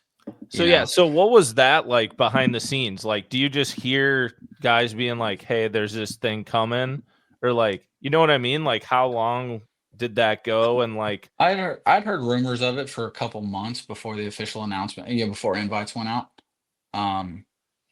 Didn't know. Obviously, I was in year 2. I had a good second year. I think I finished 20th in points on the elites. So, like, I knew how many invites. They were looking at an 80-man field, just hoping I was going to get one. You know. But I mean, to be honest, it was like scary, like because it's a startup is what it is. Like yeah, Yeah. like putting all your eggs in the basket. It was really hard to qualify for the Opens then. It's really hard to qualify now. I would not want to have to do that because there's no money in it. Um, so it was just a risk, but I was young enough where it was terrifying, but I was like, I've got years in this sport. Guys that catch fish are always going to have a place. You yeah, know, and you can say what you want, whether they've succeeded, failed. But it was chasing the dream of making bass fishing bigger than it was. Um, and I don't regret trying to make the sport I love better. yeah. For the anglers that yeah. fish it. And so it was that was kind of the notion I went with it. Like, hey, I'm gonna catch. People are gonna catch flack for leaving. Bass has this standard, this stable brand. Um, but really just chasing that pot at the end of the rainbow, seeing if we could take it to the next level. And obviously, we're not exactly at the point we hoped we'd be. Years down the road, but we're also not in a bad spot either. I think we're in a really good spot right now. So, and honestly, it's been great for me. The Every Fish Counts format's I think it's made me a lot better angler. Just because you're having to adjust so much on the fly. There's not as much. You have to find more fish than ever. Yeah. Yeah, you can't stop. There no is no stop. fish management, so you're having to find fish during the tournament. Just think quicker, be quicker. And like I think I would be half the angler I am now had I not done that, just because it's pushed me so much.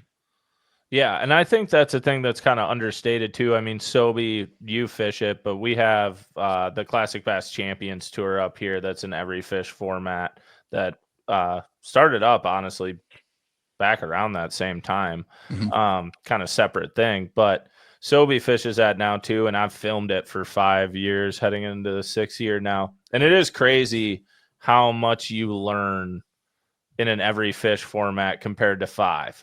Just because Yeah, your mind and is so open to so many things. I mean, Mhm. Sam, you fish it, but just from me filming it, seeing it.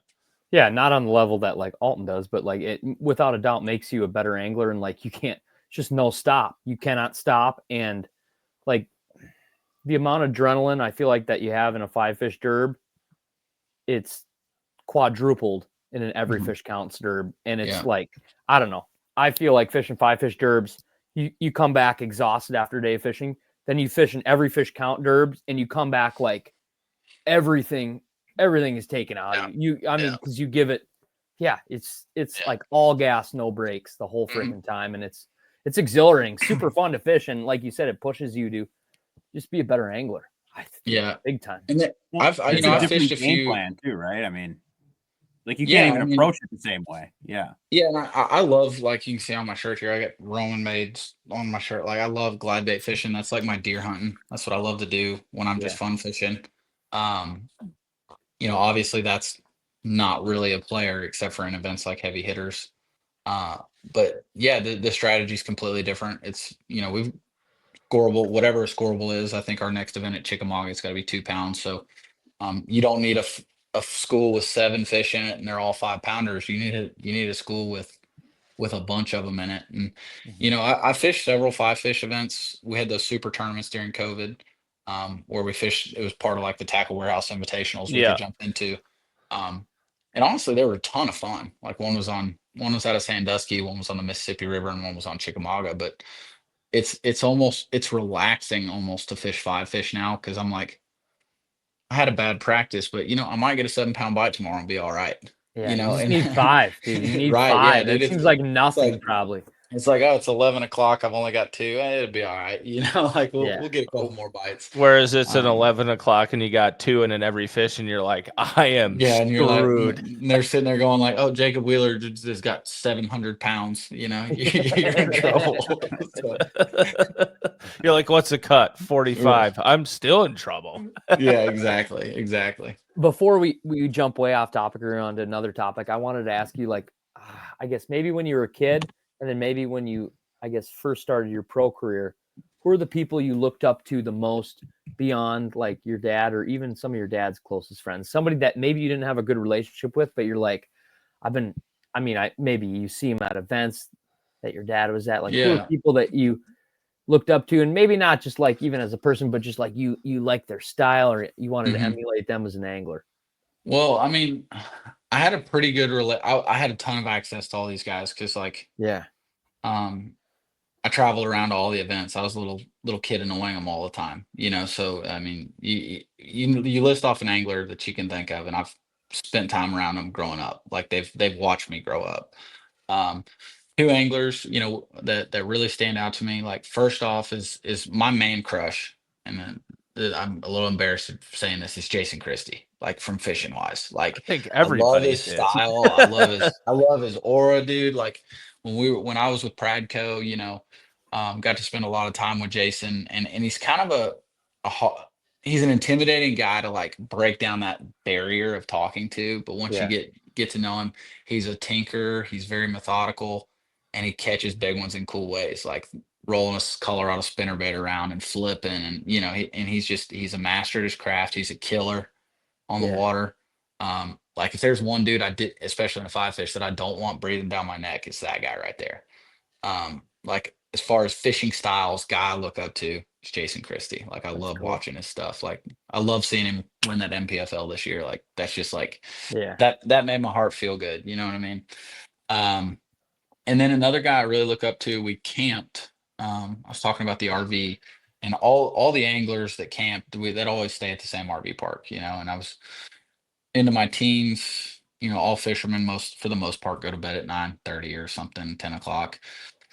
I'm a 16-year-old kid. Of course, I'm up till 2 a.m. in the RV park. There was one other angler that was always up in the middle of the night doing tackle that camped. That was Aaron.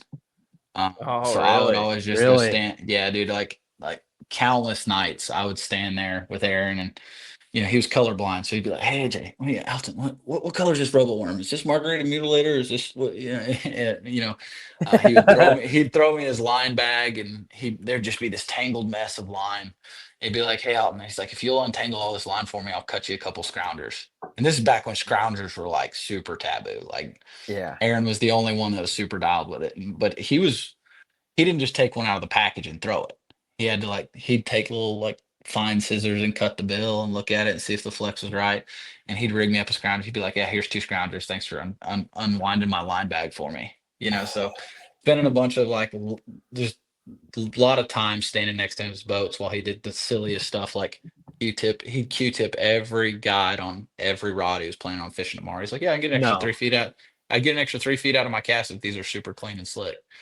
No. I'm just like, yeah. So Aaron was just one that when I was a kid, he treated me like one of the dudes. Yeah. So he's definitely a guy that I looked up to and bonded with. That's a cool one to hear. That's Dang, that is cool. awesome. Mhm. Especially, I mean, Aaron's done so much for bass fishing. How good would he be? Everyone asks, but like, how good would he be with live scope? He'd be more deadly than anybody. I mean, It would be there's really no crazy. telling. There's really no telling. He'd be getting to that age where it'd probably be hard for him to adjust, but he was so methodical and he was so good at just getting the fish to bite and being dialed on a certain color or a certain rate of fall or whatever. I Yeah. mean, he'd be one of the best, if not the best. God, that's cool. I feel like it's so cool you have those experiences, because I think unanimously every person in the fishing industry would just kill to have one night Mhm. like that. Yeah. Chilling by Aaron Martin's and just listening to him do his thing or tinker Mhm. with tackle. And you got an And you got like ungodly late amount of night time thoughts, doing it. like dude, Yeah. you got like Yeah. 2 a.m. thoughts, like before derb or before practice, where he's like, I mean, where a man's wheels are really spinning late at night, and he's Mhm. oh, you got Yeah, some he- Were you really there fun for the time there. Blackbird thing? No, so I was already in college at that point. Oh, when he dang. won That on would be Promise. so cool Yeah, if you were like, yeah. I was chilling by his boat and he's like, they're eating Yeah. blackbirds. And you're like, what? I can remember. So you remember the tournament that I think him and Byron got into it at Lake Falcon. Y'all ever remember that? Like I Aaron was think blowing the so. tournament out, and him and Byron got into it. But I can remember that tournament. It was the one Paul Elias won with the Oh, okay, yeah, it was the yeah, current yeah, yeah. weight record. Yeah. Yeah, and so Aaron was taking 7-inch Cincos, cutting the tips off of them and glue like melting them together to make like a 14-inch Cinco. No, That is Yeah, so sick. yeah. no. Yeah. So, How was he rigging it? just on on a Carolina rig, I think Texas rig, Carolina rig. But he's just like, yeah, I need a What bigger a bait. 12-aught gab. Yeah. I guess when they bit that one, you let them swim around with it for a little bit. It's just walleye fishing. You're just like, just feeling it out. Yeah. That's Man, awesome. wow, that's incredible. Mhm. Super cool. Super cool. All right, I got another flyer question here, because obviously you've grown up around the bass game, doing all this stuff, but I'm sure you've had opportunities to do like other types of fishing throughout your life so far. But so if bass tournament fishing goes away tomorrow, but you still have to fish derbs, what are you jumping in on? Oh, dude. I'd probably be some type of inshore fishing, like redfish derbs or something. Yeah. Yeah. I feel like it translates pretty well. I would love to say offshore fishing. I've done it a handful of times. I Talking get like seasick. billfish and stuff. Yeah, I get so Yeah. seasick, dude. And also Really? I can't afford a $12 million Viking, so That's fair. That's but it'd probably be something in saltwater, honestly. That's I cool. just don't. I'm looking at walleye derbs. You're dealing with the Great Lakes. I get seasick there. If I'm gonna get seasick, might as well deal with a couple 100-pound fish instead of a. I was gonna say I would An love to 8-pound see fish. like one of the top bass scopers now go into what the walleye world is turning into and just see. And Yeah. like Love vice that. versa too. I would love to see like Hoyer yeah. go The start guys at doing the even top more of- yeah. bass derbies, because whenever he shows up Mhm. to bass derbies, he does great. So, Yeah. but no bass guy has ever been like, I'm gonna go fish the NWT. Yeah. Right. You know, I couldn't see myself fishing crappie derbies. Yeah, it'd probably be something inshore. I Have you think. done? So is that something you do frequently? Like you do some like saltwater fishing in the off season, or? Maybe once a year. It's not something I Okay. do a lot. I just think I think it'd be fun. And one of the things like fishing in saltwater, you never know what you're gonna catch. Like there's a lot of mystery, Mhm. So that's probably why I'd choose that one. That'd be I like sweet. that. Yeah. Okay, I got another curveball question too. Bart's from Minnesota. Ryan's from Minnesota. I'm from Minnesota. Your wife is from Minnesota. How did you Yeah. meet her? Like how? So Baylor University. She came to Baylor because her sister came to Baylor. Okay. We were both in the marketing program. We met my sophomore year there. And weird story, this has nothing to do with fishing. You're gonna lose viewers off of this, but like I'm a terrible student. Okay, like I'm handicapped. Okay. Well, he was homeschooled for Yeah. since kindergarten. Yeah.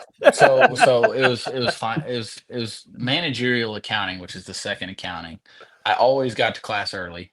Like if class started at 10, I was there at like 9:40. So Okay. you were like first dude. timely but couldn't read.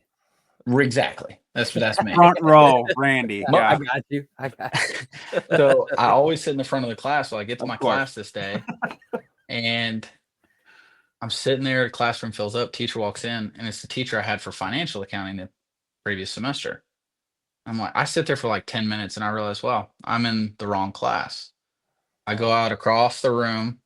Of course, the whole class is full. There's one seat open in the back of the class on the back row next to her. I mean, my wife. So me being dumb and walking into the wrong classroom would never have met my wife. There you go. Wow. That's what was the That's me. opening convo? Like, were you like, hey, I'm not even supposed to be here. Hey, I don't Dude, even, I was what class I was I'm in. homeschooled. We sat in class for an hour, and she stood up and said, "Hey, I'm Kelsey," and I was like, I'm Alton. Like, and that was it. Wow, You're like, heavy I hitter. love you. Right. I made a great impression. That's awesome. I was like, this So- girl actually talked to me.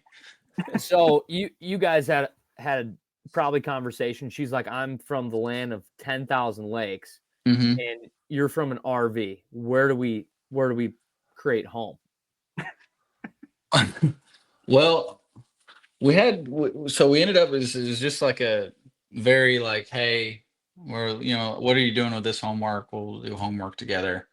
And then we ended up obviously going on a few dates. Then she ghosted me. Okay. We didn't talk for over a year. Got in another class together, got put in the same group project together, and the You're rest like, is history. oh, there. hell yeah. So we, Playing that long game. that second time is obviously when we got to be like a lot closer, got to know more about her family, and Yeah. her dad worked for the ATF, and the craziest part of this story is do you know what Waco's famous for? Branch Davidians, like the cult compound at the ATF. Yeah. Yeah, the big coup Yeah. where like a bunch of people died. After that fire and all those people died, her dad was called to Waco Wow. for a year to head up the investigation. And her parents and my parents went to the same church. Well, this was in '93. I was 1 year old. We were in the nursery together. No. Come on. Wow. Dude. Yeah. Never knew each No other. way. Yeah. And That's crazy. So long story short, ended up dating. I was glad I found her because no telling what I would have found after I left in East Texas fishing Sam Rayburn or something, She's great. Her family's great. I did trick her into staying in Waco. Nice. She misses Minnesota. She misses the Four Seasons. We kind of get cold, green, and dead hot. So I was going to say, is like- there ever going to be a chance you see yourself moving back up here? I would have actually said when we first got married that there was a very high chance of me ended up, around the St. Paul area. But her sister and brother are now in Dallas. Oh, that's awesome. Her sister has kids, and her parents actually moved to Texas. They moved to Waco like 3 years ago.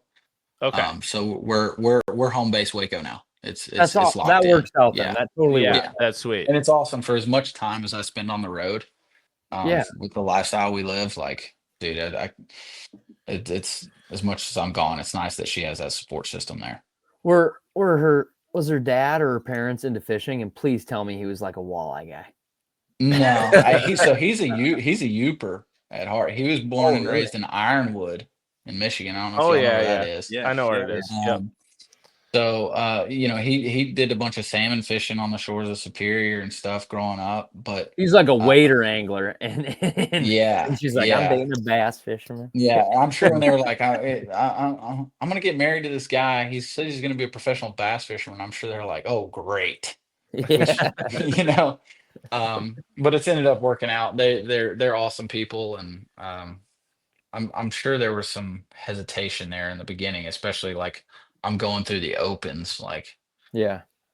hey, I got a check this week. I'm bringing home $63 after Yeah. expenses. Like, so I did it. yeah, And you're like, Dad, it's cool. He's good. And it's like, yeah, sounds like it. sure is. Yeah, Oh, that's No, good. that's cool. That's really cool. I'm glad that worked out though. Like, especially with her family being there. Like, that's a good situation. That's really yeah, cool. yeah. It was. I've spent enough winters, like when we first started dating, got married. They were still in Minnesota to know I'm no good with a snow shovel or a snow blower. So I'm glad they moved down. Have you ever ice fished? I've never ice fished.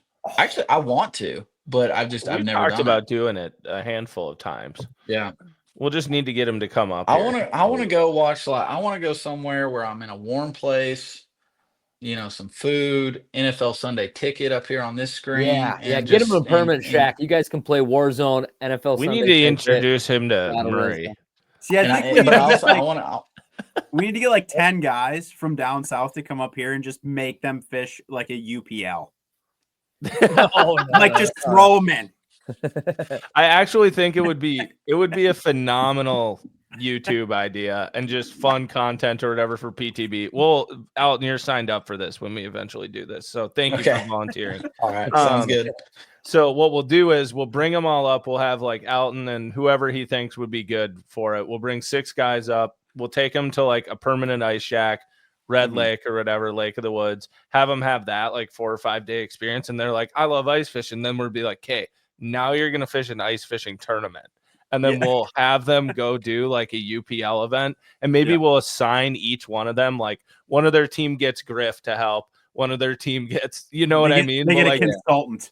They get a consultant and we just have them like film the whole thing, because I think it would be outrageously hilarious. It would You be need to so just give us a sled and an auger and see what happens. yeah, I love that. Yeah. Turn them loose. There you go. I think it would be great. It would be very funny. Everybody up here would love it. It would be great. Yeah. Oh, we'll make it happen. We'll be in touch.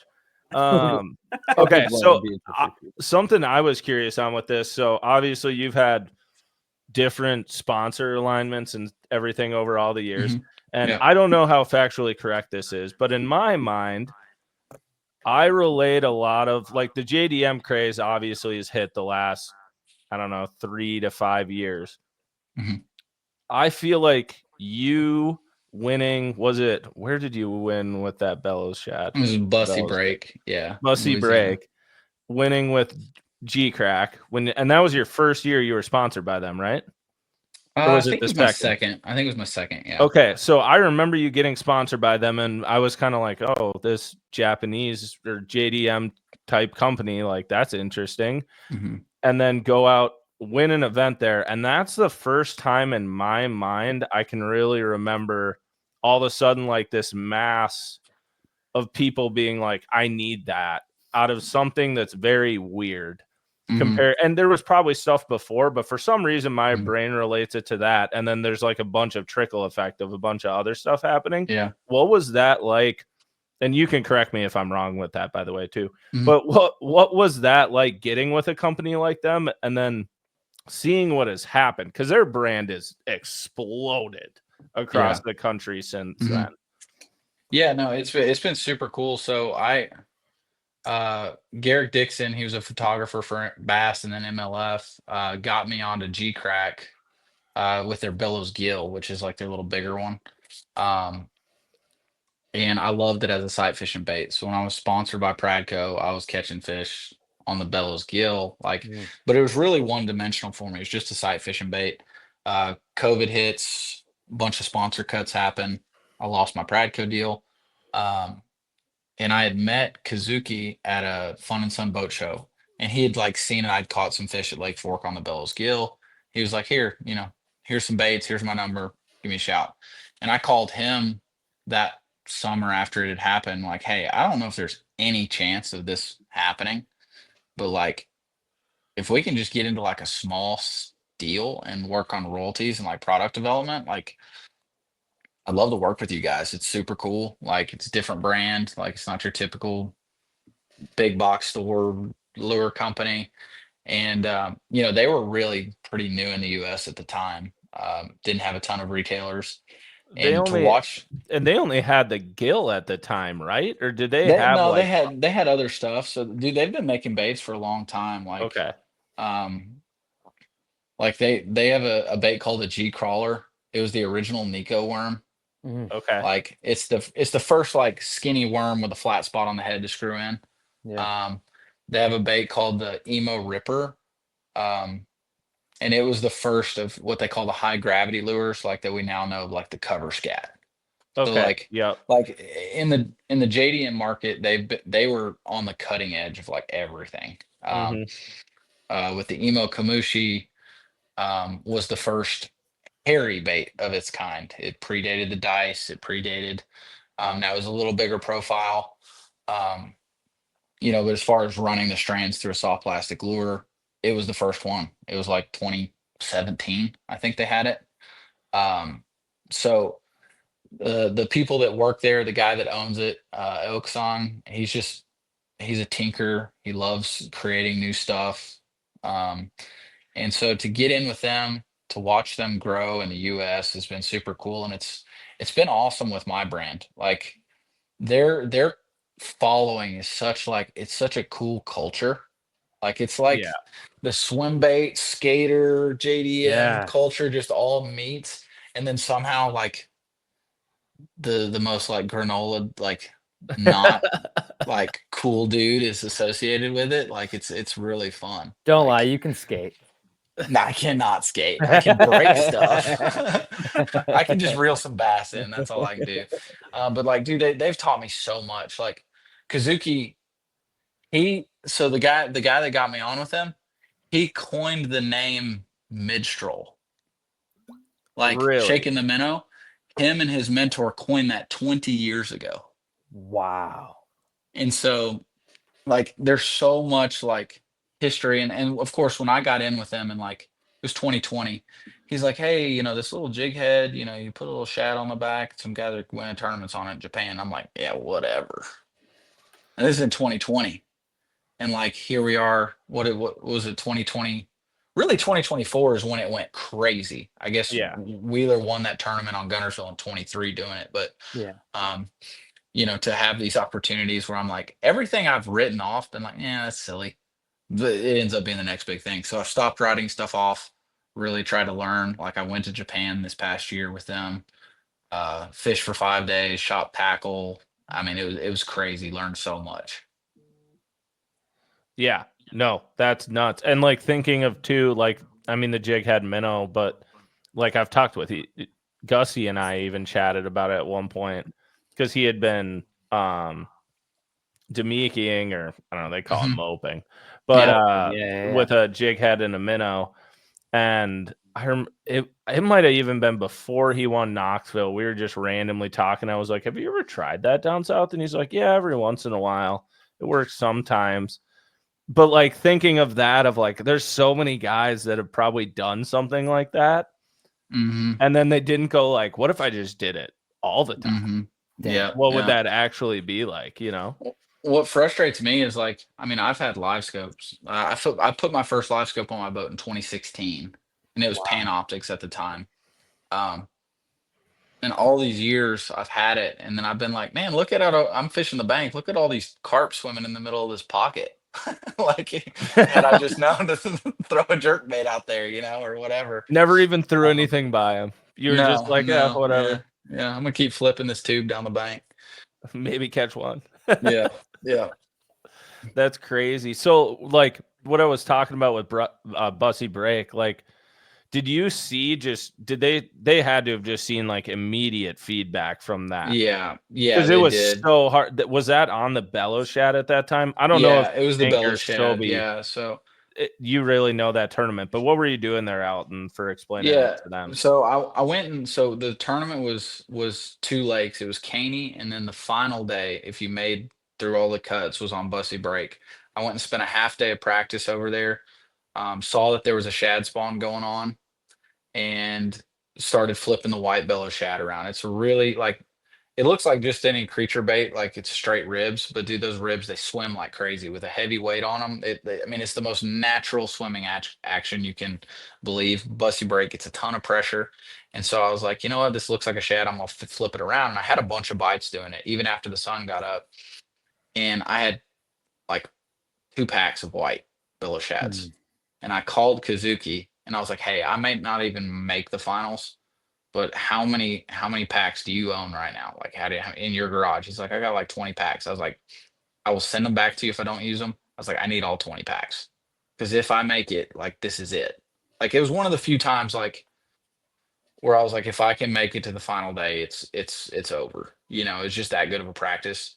Um, and then of course made the final day, won the tournament. And I remember getting off the water, and the first thing I did when I had cell phone service is look up on Tackle Warehouse, and they're all sold out. And I was like, did my job. We're good.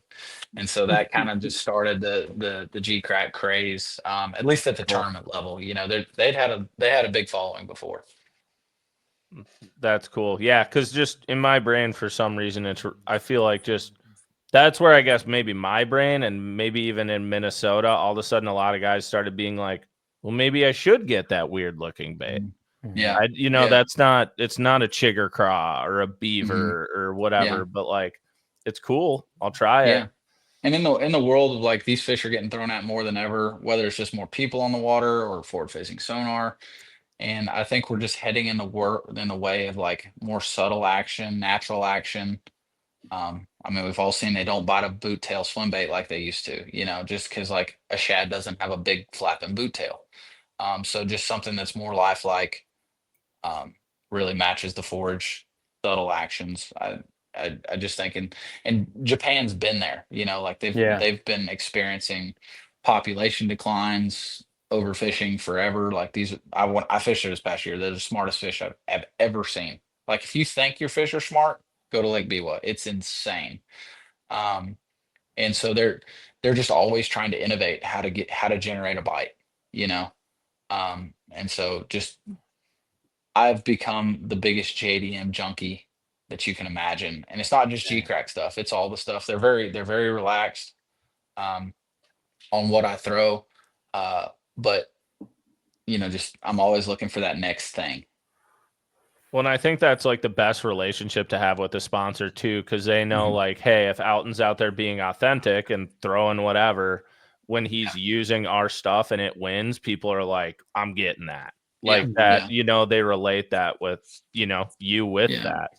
And I think in the day and age we're at with social media being the way it is, the amount of content you got to produce, live streaming in the tournaments, authenticity is everything. Like Yeah. nowadays, like you can't be faking stuff just because people see right through it. Yeah. We've gotten very good at it.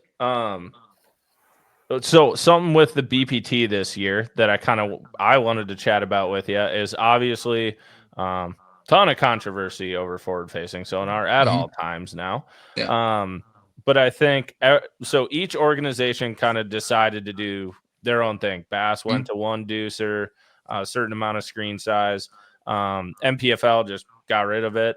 And then I remember when the MLF rulings came out, I think I even texted you and like gave you a little shit because I was like, oh, great. Just making it more confusing over on the BPT for people to try to follow. But as a viewer, someone watching the sport and everything, got to give props where it's due. What you guys are doing on the BPT, and I want you to explain it for all the listeners of this who have maybe not watched. What you guys are doing has been by far the most entertaining. I think the best common ground. I would think a lot of organizations and tournaments are going to go that way. So, Yeah. explain kind of what you guys have done and how you've seen it through this year with split time in your tournaments. Yeah, and how you feel about it too, like how you like it or Yeah. dislike it, or how it's changed from this year to last year, just as far as how you fish. Yeah. So right now, you know, our MLF days are 7.5 hours of fishing, 2.5 hours per period for 3 periods. So that's how you get your 7.5 hours.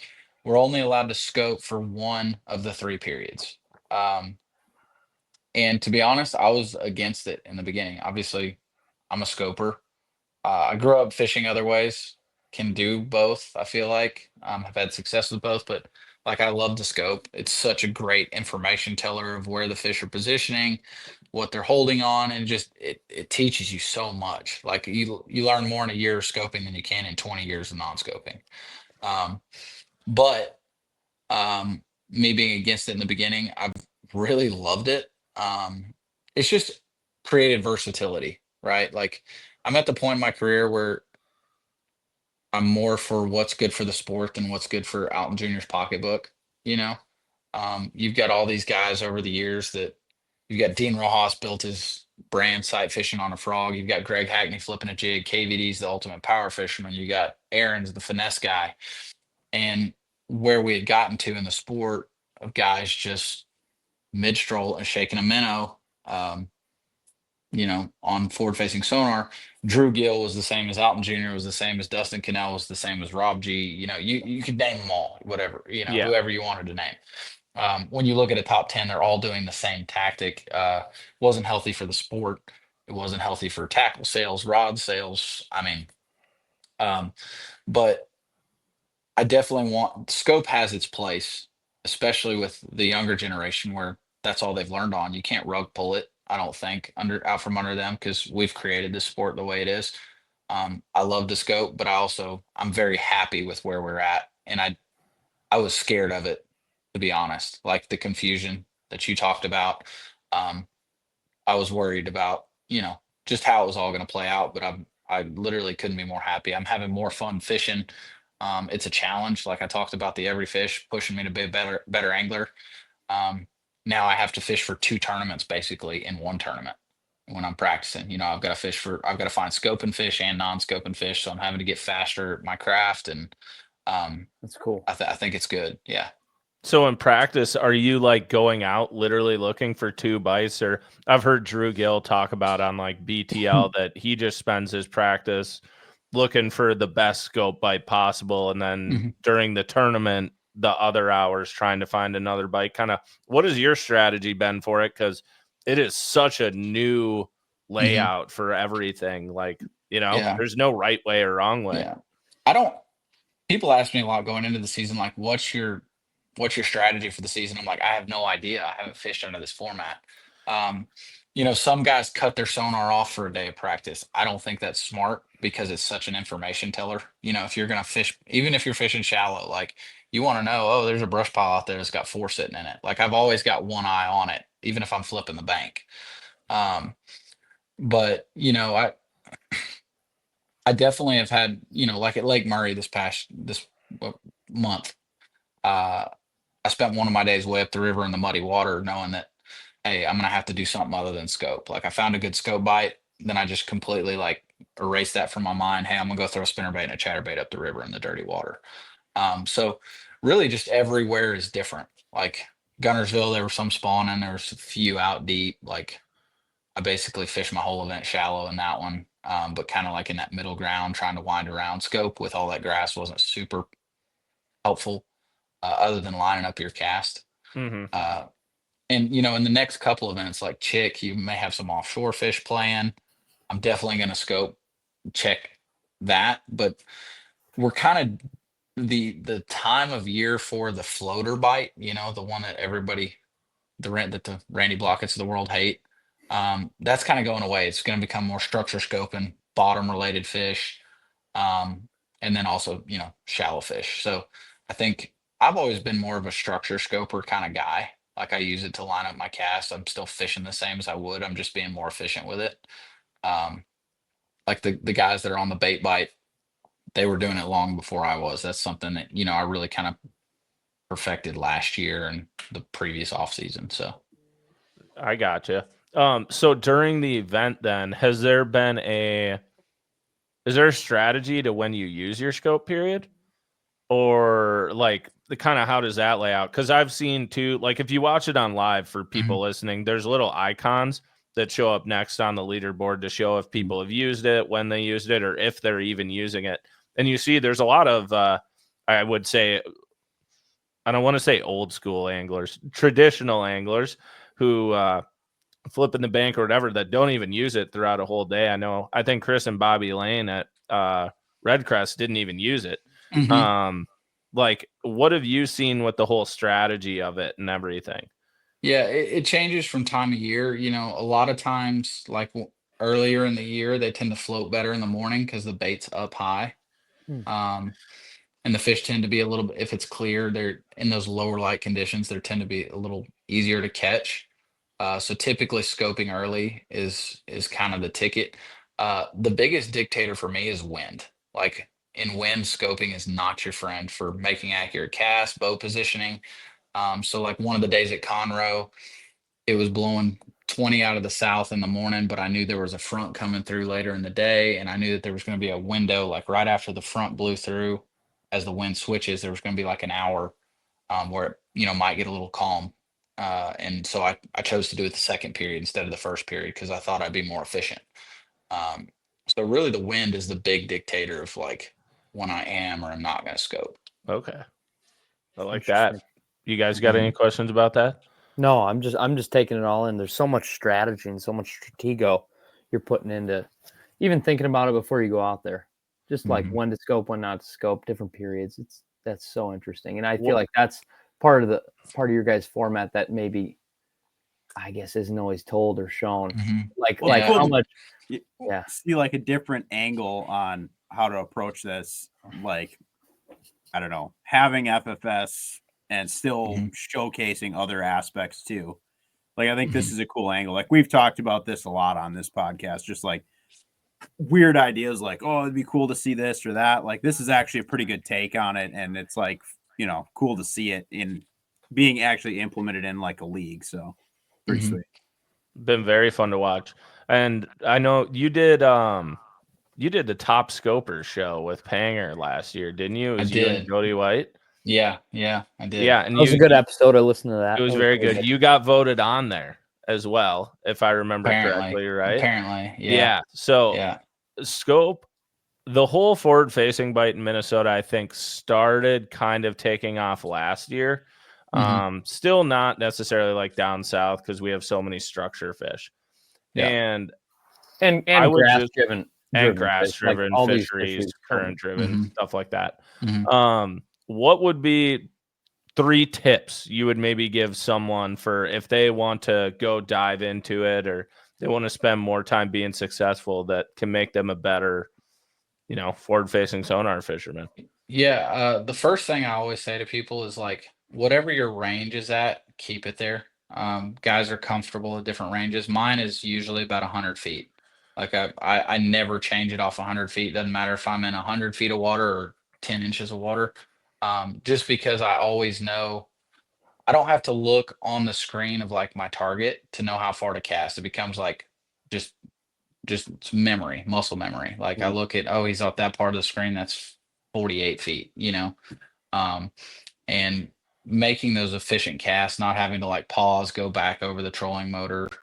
Oh, how far is he? A lot of times the fish are swimming up and down off the bottom. Like your bite window can be very small, or your visual window can be very small. So um, keeping that keeping that range out the same just makes you more efficient. If you're wanting to really learn once you get that range, like if you say you're at 100 feet, the best thing I found is a no wake buoy. Like, because like 60 feet a lot of times will surprise you. You think that's super close, and then you look at you get out there, you see the buoy cable on your live scope, you see it on the surface. Oh, that's really what 60 feet is, right? Yeah. It may be a little further than you think.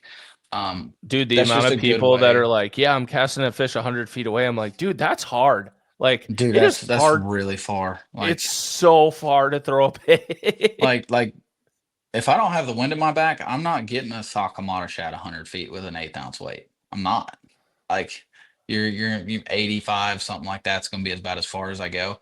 And then also, whenever you get comfortable at a range, um, try to let that be like, don't throw at the fish at 100 feet. If you're comfortable at 60, get to 60 and then throw. Mhm.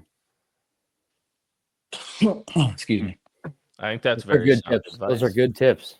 Those Mhm. are awesome tips. And you could go into settings, but that's a whole another hour. Well, I and mean, that's I think something I like, change a lot. and that's a lot of that's fine tuning, in my opinion. A lot of these you can just plug and play, and your default settings are Mhm. pretty good. Like, Yeah. You can mess around with stuff, decide if you want to run it hot or cold or whatever. But yeah, distance, huge thing, obviously. Yeah, I think those are great.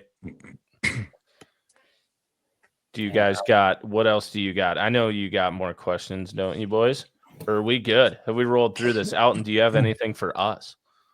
No, dude, I got it. I think I learned enough about you guys and know not to, stand up on a plane, leave my cart in the wrong place. And that sushi is no good in Minnesota. We didn't hit you with the current events. Where are you at right now, and where are you going to be in the next 48 hours? So right now I'm at actually a private place. It's a hunt and fishing club. This is the map of it right behind me. I don't know if you can see. It's kind of it's just like it's an oasis. There's a bunch of private lakes here. Nice. We're taking some donors fishing for the Texas Parks and Wildlife over the next 2 days on some private lakes. They help fund the new freshwater fishery center here. And so actually, as soon as we get off this call, I'm gonna hop in a Jeep and I'm gonna drive down and catch a couple 5-pounders on a dock light. So that's how much you guys mean to me. You're gonna bang. You're about to night bang. I'm postponing my 5-pounder dock light session for you guys. What's your first cast going to be at the dock light? What are you throwing? It's going to be a throwback baits metro. It's just a small glide bait. Oh, I know that. They're made up here. Yeah, dude. Kyle makes a nasty little glide bait at throwback. I'm very into it right now, and I'm going to pink. I'm going to pick up one of their the pink lemonades. Yeah. Have you ever thrown one? I have not. I'm not a glide bait guy, but I'm going to get into it. If you are a glide bait guy, I mean, there's bigger ones out there if you really want to get into them giant ones, but like a glide bait that runs true, gets bit, and it's just, I mean, dude, it's insane. It's that throwback metro. Like, that's what I've heard. I've heard it's a good one to get and just get into it. It's all, I mean, it is spendy, but it's not crazy spendy. Like it's really, I think they're about $140. Yeah. $140, $150. So, I mean, I'll tell you this. I was a Chad Shad guy before. I'm getting rid of them. Like, that's cool. Yeah. I'm going to check that out. Well, then, I mean, if the boys don't have anything else, we can. Hold on. Okay. I was going to ask about this segment to see if we can have a mom for it, Pink. Is that what you were thinking? Yeah. Two things. One, when you go catch a 5P on this glide bait, you have to post it to your story and tag us in it. Okay. Sounds good. Yeah, Pixar didn't happen. You can't just throw this out there. Yeah, so Past the Barb tag. I'm gonna if I don't catch one tonight, I will catch one tomorrow night. But I'm gonna catch one tonight. I mean, all right. Okay, yeah. I like that. Second, do you have time for a little game here? Yeah, let's do it. All right, and this game, I feel like this might not be fair for everyone else. I think other than you crush us. Yeah, I think this might be a slam dunk, but. We have a game that we've played on this podcast a couple times that was very well received, and we would love for you to play this game with us. Okay, so, I'm scared. No, you shouldn't be. Now that we know a little more. Yeah, so you're going to do much better than us. This game is called JDM, or Japanese sex toy. So all you have to do is tell me which one of these is a JDM lure or is it a Japanese sex toy, solely based on the name. Okay. So how far down the rabbit hole have you been, Alton? We'll find out. On which part? On the toys or the baits? Yes. We'll find out. Yeah. I mean, this tells us a lot about you, how this goes here. Okay. It's kind of like the grocery cart theory. You know? So Bart, Sobe, and Alton will all be playing against each other. So the way this works is I'll read one of them. Then whoever wants to answer just says their name to like ring in.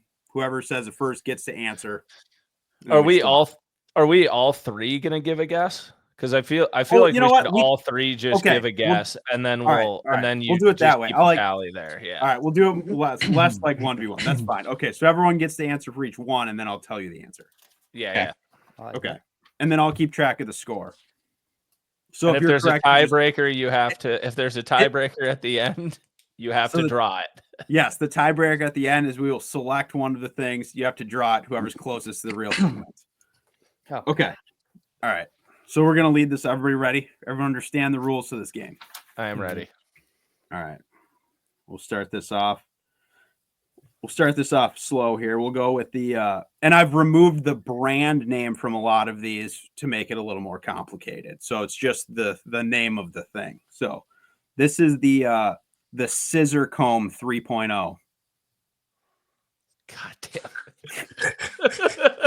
Mind you, I put a lot of effort into this. Okay.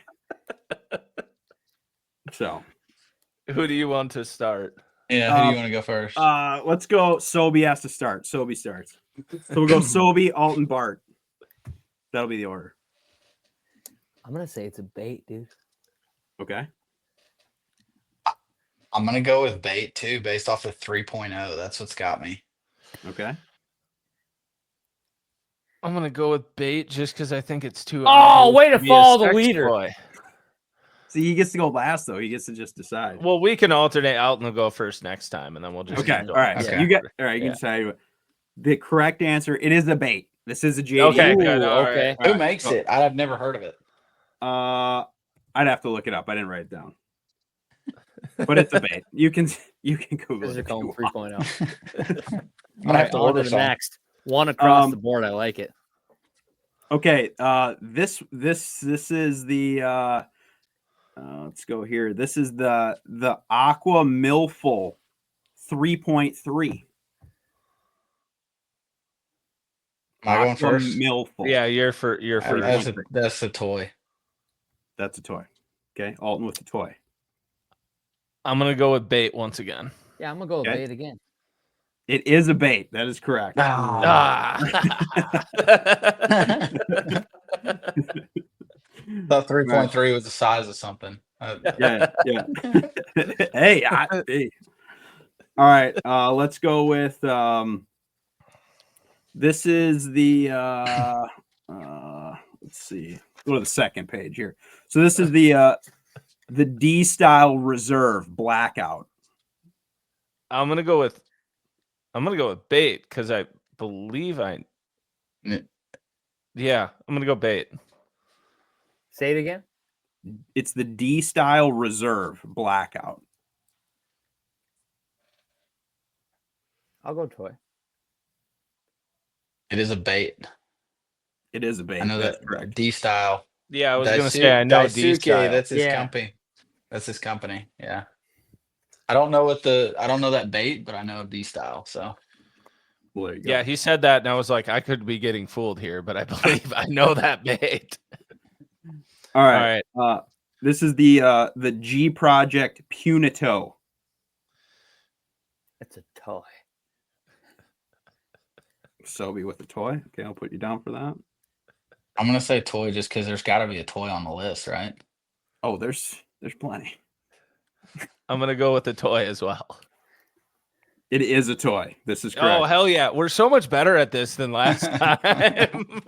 Yeah, how did we do it last time? We were bad. It was not good last time. Okay. All right, This now is that there's been baits and a toy on the list, now it'll get interesting Yep. because we knew the toy was coming.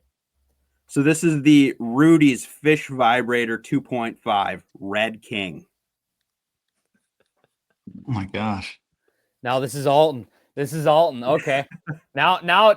If this roulette, is a bait, roulette they is had say hit it one red more and time. roulette Say is it. hit black. Now Say it one more time. This is the Rudy's Fish Vibrator 2.5 Red King. this separates. I'm gonna go bait. Okay. Bart. I'm gonna go toy. I think Okay. I'll also do toy. This is a bait. Oh, okay. You need The to fish text. thing that seemed too obvious. I was like, You need no, to no. text him the name of that. He's got to order that. I want to see this Yeah. fish vibrator. That's actually gonna be my first cast on the dock light. You tag me in this. This is a catcher. Okay. All right. I wish you would also, for future feedback on this game, Pink, you need to list price. Oh, okay. That would be good. Like Yeah. what the MSRP would be. And a lot of them very comparable. Just throwing that out there. 20,000 yen. Yeah. All right. This is the Fairy 5-star. Fairy 5-star.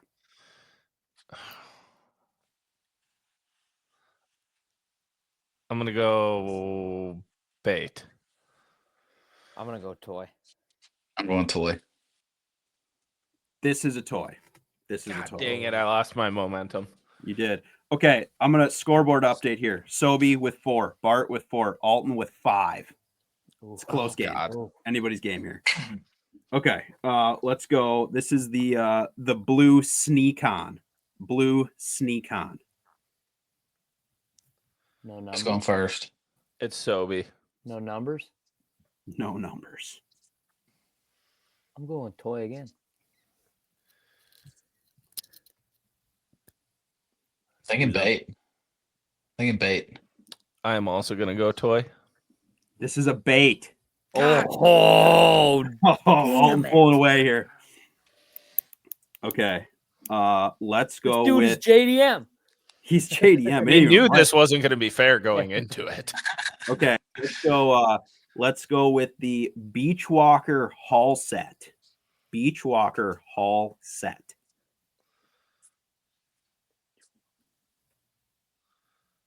Alton's first. I'm going toy. I will also go toy. It's time to pull away. Bait. This is a bait. Oh, boom! Aw. He'll be back in the game. You ain't Back never in the thrown the game. beach walker, son? Come on. I've never thrown the beach walker. Get Come right, on. dude. Beachwalker gonna get you right. Oh, Okay. oh, come on. You never seen the ribs on the beach walker? Especially when you- come on. All right. This one actually has a brand in it, so this could be helpful to you. This Okay. is the Onahole Bellows Pump.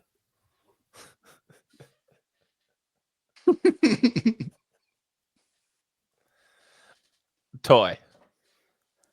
Say it again. The Onahole Bellows Pump.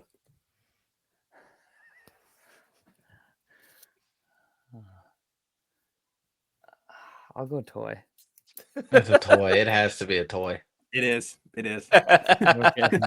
Cross Everyone- the That gets may be the pointed. next bait on the bellows shad, bellows gill, bellows. I know. That's stick why I lineup. laughed. He said bellows, and I was Yeah. like, oh boy. I know. I was What like, does that Alton, mean? Alton didn't Son of a react. bitch. Okay.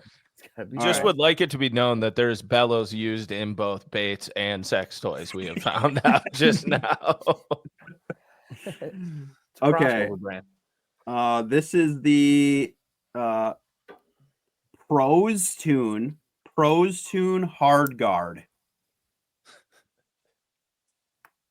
This is me? Yeah, Sobe leads Yeah, off. you're first. Oh, dude, Pros that's a bait. Tune That's a bait. Hard Yeah. Guard. Oh, I'm yeah. going bait. I throw that a lot. Throw I'm gonna that go. up. I'm gonna go toy again. This is a bait. This is a bait. God, now I'm getting racked. Oh yeah, you are in last place. So scoreboard update. Sobe, what do we got? 7. Bart 5. Alton 8. How many more we got, Pink? I think we have 3 left. Okay. Alton's first. All right. This is the I think this is the R1. It was R1 Predator Wand. Bait. I mean, I'm sorry, toy. Sorry, toy. No, toy. Final answer, toy. Final answer. Yeah, I'm I'm gonna gonna toy. go- I'm gonna go toy as well. I'm gonna go bait. It's a Yeah, toy. I'm gonna go This is bait. a toy. This is a toy. Bart's just trying to make a comeback. Yeah, I you got was- to I was- swing. I He's thought- swinging. You got I you got got I shoot. got to Shoot. swing. I thought Pink would try to get something funky that was a bait that had the word wand in it, and it would, you know. Dude, I was get digging by. deep today, dude. I'm telling you. Your search There's a history lot of of the re- city yeah, of there's a- Chanhassen's got to be rough right now. Yeah. Yeah, you gotta clear your history. You're on a watch list for sure. Gotta be doing. All right, this has got some Japanese in it right here. This is the Namara Shiki Bin Bin Switch. Come on. I'm gonna go toy. Oh man, I'll go toy as well. I'm going bait. This is a bait. Oh my Oh god! my gosh, you're out of control. Carrie's on a heater. We do need to get a list of these baits to someone who can actually get them. Like maybe I'll get it over to Repeat Ross that at name again. Waypoint, or Repeat we'll that get it name to again. Alton. We need to get these ordered. I need to see these. Yeah, this is like Run it back. I'm gonna on that need you name. to. I gotta I'm gonna hear need it y'all to again. text me a picture of this list so I can look these baits up. Yeah, I shouldn't have been crossing them off so heavily here, but yeah. All right. Oh wow. All right. 2 left. We got the Souk Mono Dandy. Souk Mono Dandy. Sobe, you're first. Toy. I'm gonna go bait. I'm gonna go with bait. This is a sex toy. No. It's large. Okay. Did you write that down? Sobe got that. Yeah, it was like underlined a couple times. Yeah. Damn. All right, this is the last one. Ready for this, we have boys? to draw? To round it out. I mean, we can just do that anyway. So this is the taco lay. I'm gonna spell it just so everyone's on board. Taco, TACO -LE, taco lay. Who goes first? I think it's Alton. I'm going with toy. I'll go with bait. I'm gonna go with bait as well. This is a bait. Oh. This is beautiful. We have a tie, folks. Oh, this hell is yeah. best All case right. scenario. So What we needed. Alton and Sobe tied with 10. Great scores. Great scores. So now, the way that this works is we will pick one of the items on this list. You have to draw it solely based on the name. Whoever's closest to the real thing is the champion. I don't know if I got pen and paper. Hang on, boys. All right. Second. Will you disclose if this was a bait or a toy? I don't think you disclose it afterwards. Well, you I should think know based on how you played. I But don't you have it already done. know that I'm gonna pick a toy, so it's like I don't. This is what's gonna Here get me we in go. trouble when this gets clipped and put on social media. Don't worry.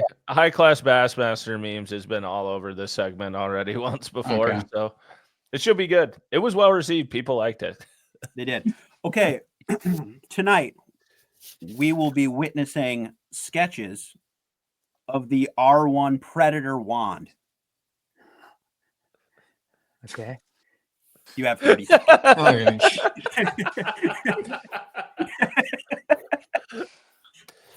We're waiting. I'm right. about to write "Jesus loves you" on a piece of paper. And hold it up. I don't know if that's gonna pull the votes here. I'll get it loaded up here. I'm not artsy, bro.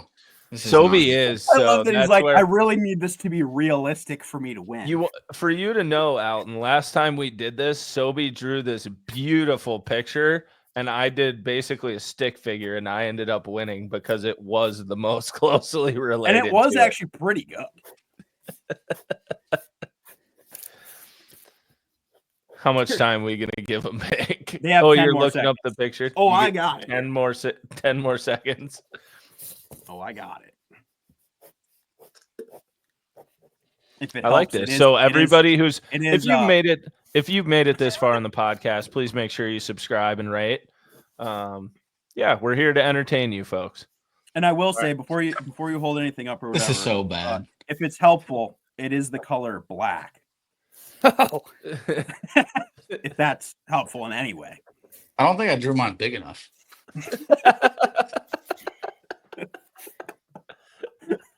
Oh my gosh, you guys. All right, See, all right. this All is right. why your sponsors like you out, and you're out there. Here say we the go. name Here we again. go. It's the R1 Predator wand. Sobe, you're gonna have to chill out, dude. I'm done. No, and time's up. Time's up. Sobe, All right. put the pen down, or you're DQ'd. Pencils down, damn it. I was Pencils writing down. the name. Unless you want to sign it, you're allowed to sign it. Not signing it. It's going in the Sorry. fire, dude. It's No, not you're even framing this. not even in the trash. All right. All right. All right, Let's here we see. go. So wanna see all of let's them see first. what we got Hold here. your picks up, both of you. Let's see them. Just you have to show it. And we got Okay. like alien versus predator looking thing. That's not bad. This is Okay. Okay. I just put like an Alien versus Predator so I face think on mine. Bart, I don't know. Bart can be the judge here. Yeah. So it's unbiased, really. It's almost like two heads of a D-bomb with a little bit of an expenditure, and then All right, here we go. Here we go, folks. The R1 Predator wand. ooh, That's pretty wild It is looking. rib on both ends. Okay, show me yours again, This you is guys. making me uncomfortable. Just pick a winner already. mine has a I hook will- in it as well. I am gonna go with Sobe Oh, okay. because all he right. has two I would bald say ends. the ribbing is accurate. Yeah. Yeah, it really is. I'm fine with Elton, that. as a I'm fine not winning recommendation, that. I would burn that or throw it in the pond you're staying at. Get rid it's of that. literally- Just yeah. Eat it. when you're- They're gonna I'm have just gonna put quests. it. I'm gonna put it in a beer bottle and throw it in the ocean. Perfect. Just put your name and phone number on it. Maybe you'll get a nice call one day. Yeah. All right. right. Well, congrats, Sobe. You're the champion, I guess. Thank you. This Yeah. I've been waiting a long time to win this one. There's part of me that's very okay not winning this. Like very. I am going to sleep like a baby tonight. I couldn't imagine how the internet would fire up if Alton Jones Jr. won JDM or sex toy. On Past The Barb. Is that what the whole Kyle Patrick thing was about? With us? Did y'all have him on doing this or something? No. Because they did him with like a bunch of fruit with holes cut in it. No, that wasn't. Okay. That wasn't I for I didn't me. know what I you're didn't know. talking about, but no, that wasn't with us. Okay. Yeah, Okay. I saw that too. We're credit. We will take credit when it's due. That was not us. So Okay. yeah, unfortunately that wasn't us. But anyways, that was another version of JDM or sex toy. Thank you, or Japanese sex toy. Sorry. Yes, correct. And just to clarify, so thank you everybody for tuning in. Thank you, Alton, Yeah, for thank giving you. us Sir. a ton of Yeah. your time. Yeah, man. Appreciated. And yeah, And we'll go link all catch a Alton's 5 socials pounder. down below. Everything from his YouTube channel to his social medias. Please follow him. Follow his career. He's still a young man in the sport, and he's gonna have a really fun career to follow. So please follow him. And he has an excellent YouTube channel as well. He does a lot of variety on there, and it really follows his journey too. And he shows a lot of personality, and it's an awesome channel. So please you. follow him. Thank you. Awesome. All right, go catch that 5 pounder. Post it All on Instagram, Yep. and we'll wrap Tag us. this puppy up. Picture it I'll- didn't I'll- happen. All right. See you Yeah. guys. All right, right, see you. thanks, Thank man. you. All right, that was a good interview, boys. Yeah, Yeah. he's a good dude, man. That was Alton fun. is an awesome dude, really awesome dude, and Awesome. obviously an exceptional fisherman. Like he's a total freaking sledgehammer and a really cool dude. Very cool to hear. That conversation goes all over the place. You got JDM Baits, you got his start, all of a sudden Aaron Martin's story, like Falcon or Amistad back in the day when it was crazy. Yeah, that was good. Very good. So I am shocked that he did get some of these wrong, though. I I really thought you boys were in trouble. I really did. I knew I was in we trouble. were guesstimating. But yeah, so that was another great guest. We've been having a lot of great guests on lately. The support's been great. So if you guys want to see certain people on the pod too, please slide in our DMs and let us know. Always open to feedback, and we'll reach out and get top tier guests for you guys. We love having people like this on and chatting about all that sort of stuff. So And there's no one we can't get. It's true. Yeah, because of you guys making us #1 outdoor podcast in the nation 28, 29 months in a row. We've got the budget, and we'll get them. yes, Who do you we can want? get them. We'll get We them. can get them. Name him. You All name right. it. Comment below. We got comment below. We got anything else, Pink? I don't think so, man. I think we did good. We did good. Did you have any PTB fan questions you want to rip through quick and we'll send it out on that, or you want to just end her now? Oh, we could rip a couple of them quick. I think because some of them are better that we're all here. Because I think last time we were gonna do it, but let me just I'll grab just like maybe 5 of them real quick. Just give me. Yeah, 30 we'll just seconds. rip through a couple of them so that people don't feel like we're blowing them off. We are not. Yeah, give me 30 seconds. We love the fan questions too, and really some of them are just provocative, and we love it.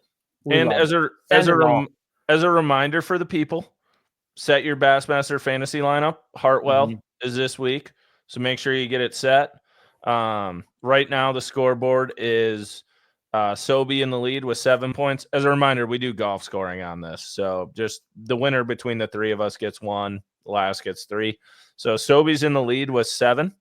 Pink is in second with 8. I am in third with 9. Major comeback. I dodged a bullet in this last one because I had 2 bombs in a row. Luckily, I beat Pink by like 5 points, and we both had horrid events.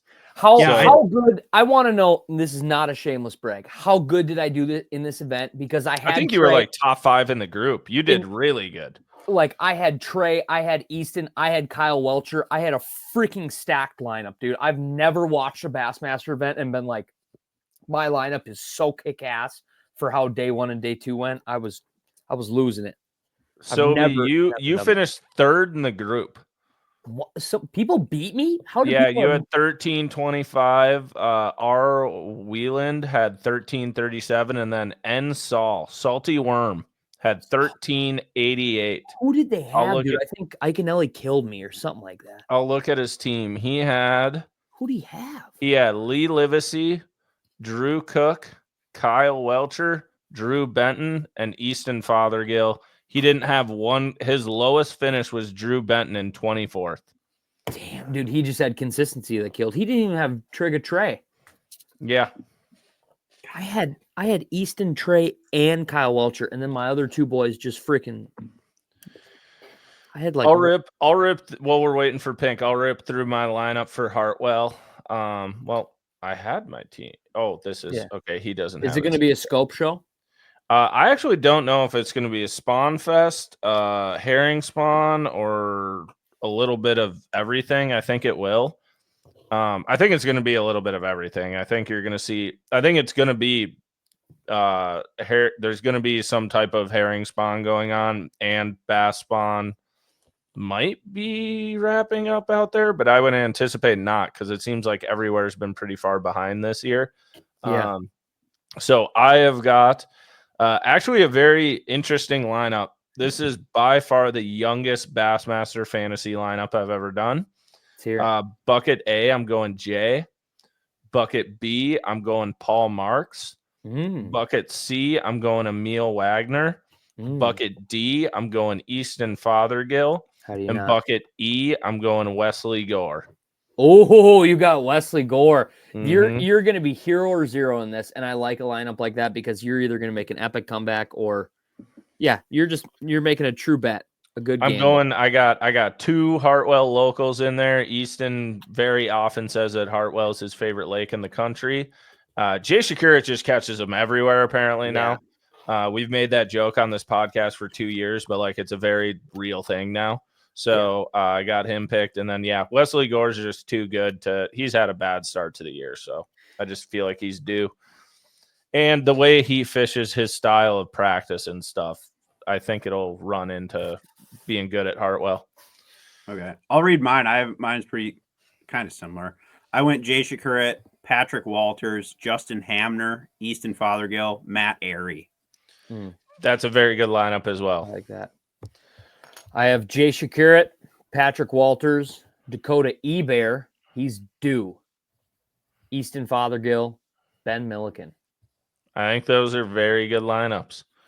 Very interesting lineups. All right, Pink, what do you got for PTB fan questions? All right, here we go. Sorry, I had to dig deep in the Insta wells here, but so we had a lot of questions kind of following the classic and stuff. But a couple of these were classic related, some of them are not. Sobe, I know since you and I were there,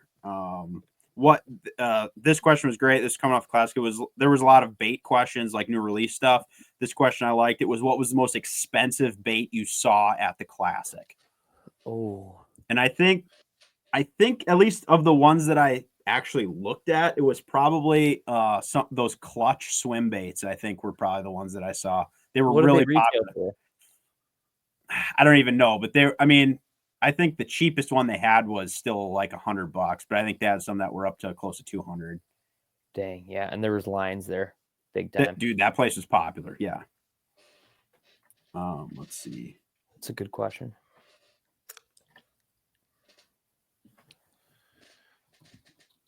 You got one or no? Otherwise, we'll just keep ripping here. I wasn't there, so I didn't have it. I would assume it was a glide bait of some sort, would be my guess. Yeah. So this guy is asking, do we have a PO box? We don't, but if you get in contact with any of us in the DMs, we can probably get in contact. We should set that up because then we could open up something on the pod. Yeah, for real. We'll set that up. We're gonna have some Japanese sex toys showing up if we do that, but that could be exciting. Yes. Our fans hate us. This one says, when is Easton coming on? So we had Easton on. I don't know if we'll get him back anytime soon, but we could give it a shot. We can grab Easton. I mean, he said he'll hop on whenever. There's kind of, when you win the classic, believe it or not, you're asked to be on about 897,000 different fishing podcasts. There are a lot of interviews of Easton out there right now. We'll probably grab him in a couple months or something. Or maybe we'll see how this Timberwolves series goes. Yeah. And then maybe we'll have him on to chat some Timberwolves because he's a huge Wolves fan. So I think that'll be the best approach there. But yeah, we have 2 different episodes with Easton if people want to go back and listen to him. Timberwolves tomorrow night, by the way, versus Lakers. LeBuns and Luka are going down. That was your miniature Bart Sports. Mm-hmm. Very miniature. LeBuns. Here's a good one. This one is, who can drink more beers, Sobe or Pink? Ain't no telling. I'm going to take Sobe in this one. I think this is a worthwhile thing to investigate. We don't know. We can figure that out on June 7th or 8th. We could figure that out, actually. Beer drinking contest? Yeah, I mean, my bachelor party's coming up. We can do that one day if people want it. Sponsored by PTB. So, yeah. We will do this once a beer sponsor hops on and decides to put their brand in alignment with the #1 outdoor podcast in the world. Whoever steps up first, I don't care if it's Busch, Grain Belt, Corona, jump on. We're ready to party. Yeah. I'll play this game. I mean, I can get down with this. Because I think it's really like, we'll see. But we don't work for free. Okay? We don't work. Listen to us. You large beer companies with massive marketing budgets. We don't work for free. Okay? Please help us. What about liquor drinks? We would do it for product. Liquor drinks, I'll take Pink all day. Okay. Yes. Beers, I'm going to take Sobe. We'll see. We'll see. All right. Here we go. Let's do a couple more here. Favorite Midwest state to fish favorite Midwest state to fish for bass besides Minnesota. Oof. Midwest. I'm gonna say, I'm gonna say favorite. I'm gonna say Wisconsin for smallmouth. Northern Wisconsin smallmouth.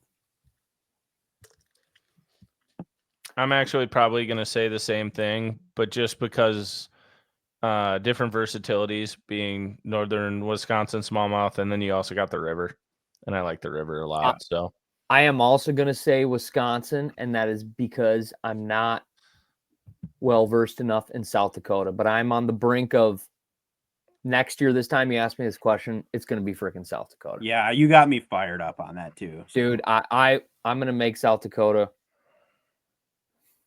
my little B. Yeah. I want to say other states too, but I haven't put enough time into other ones. So yeah, that's fair. That's fair. I just like the whole vibe of Wisconsin, Northern Wisconsin, and the whole thing. I do too. Okay, let's see. Why is Bass Live coverage so flippin' bad? ? It's because they haven't done side cutaways with young, energetic folks like us. I think if you integrated us into that somehow, I think we'd spice it up to the next level. Electric. I will say too that I feel like that feedback was right after the Classic, and it was. Yes, I think everybody would say the Classic was fairly rough at points. If you tried to watch it on Fox. Because I watched the live coverage on the website and I thought it was fine for the most part. There was still some points. But it is very obvious that feedback was addressed at the Pasqua tank, because that live coverage was awesome. Like that felt like it was just back to live. So I think bass is messing with things right now. It's also a very weird time in the industry, not to be defensive of bass or the live coverage, but just kind of knowing the production side and just the industry. A lot of weird things going on right now. But did you see some of the awesome bass coverage from this last event and how that's they what I was showed saying at the Pasqua tank? It was awesome. It was so showed good. their perspective modes, showed all this. Like, dude, watching Easton catch some of those fish on perspective, I was like, that was maybe one of the coolest bass catches I've ever seen in my life on live. Yeah. It was super cool. That whole Pasqua tank, I hope they go back there for the next 5 years. That place was so sick. And I feel like if they go back at different times, different areas are going to play. You got big water, you got short runs, long runs, different systems. And it seemed like everybody who went out there said the people were insane. The crowds were huge. Like, it was so nice. So I hope they go back there. It seemed like a great venue. Okay, let's do like 2 more. This one has come up more than one time, and it is when will Sobe be doing the Snoopy Pull thing? Question mark. I might have something in the works. That's what I'm saying. Might. So I think it's farther along than it was a month ago. I will say that. I am also going to say this, Sobe. I have an offer for you from PTB listener and friend Matt Voigt. He said you will be allowed to fish their first Wednesday nighter on Minnetonka to start the year in May if you do the Snoopy Pull bet. They will allow you in. And you have to do the Snoopy Pull bet and fish it, and you are allowed in.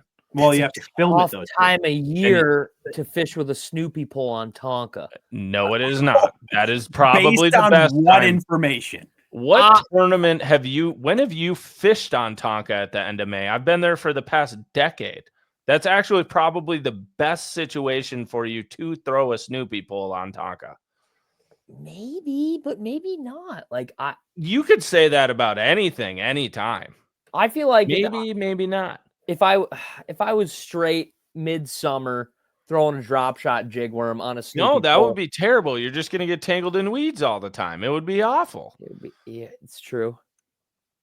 This is a very good option. It's a Wednesday nighter, not a full tournament. $100 entry fee. Did Matt ever consider, what if I win? He has considered that. Yeah. He said that you're welcome.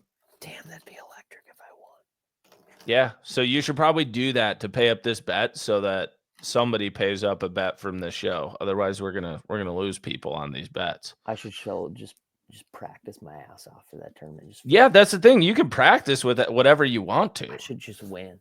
Hell, Steph can throw I don't anything even care else. if you win. I just want you to do it. Only you. Only you has to throw it. Steph can throw other stuff. Oh, it's a team derby. That's a team derby. Yeah, it's a team derby. I could do with one of you boys too. That could be a good time. No, this is your bet. I didn't lose. You want no part in this? I didn't lose. It's true. This is a very good question because the people want to know. And they're getting.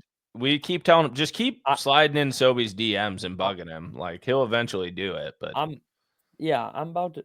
I got something in the works too. Something where I think I can pay my debts and be clean. I think he's going to try to figure out a way out of it. It's a full-on sanctioned tournament. Oh, he's going to do it at the goddamn crappie event. No, he's going to do it at the crappie tournament. That's what he's going to do. I'm trying to win that. He's going to do it at the Ron Shera version of one that's a kids event that is not actually a fishing tournament. No, I'm not. I'm not attending that one. By the way, that's for sure. I'll just. It's not. I think we said if we go back and listen to the podcast, it is stated it must be a bass fishing tournament. I don't think it needed to be stated that because you guys gave me the option to do an ice tournament. No. I remember this when it was decided because I was not on that podcast. It was you, Honor, and Pink.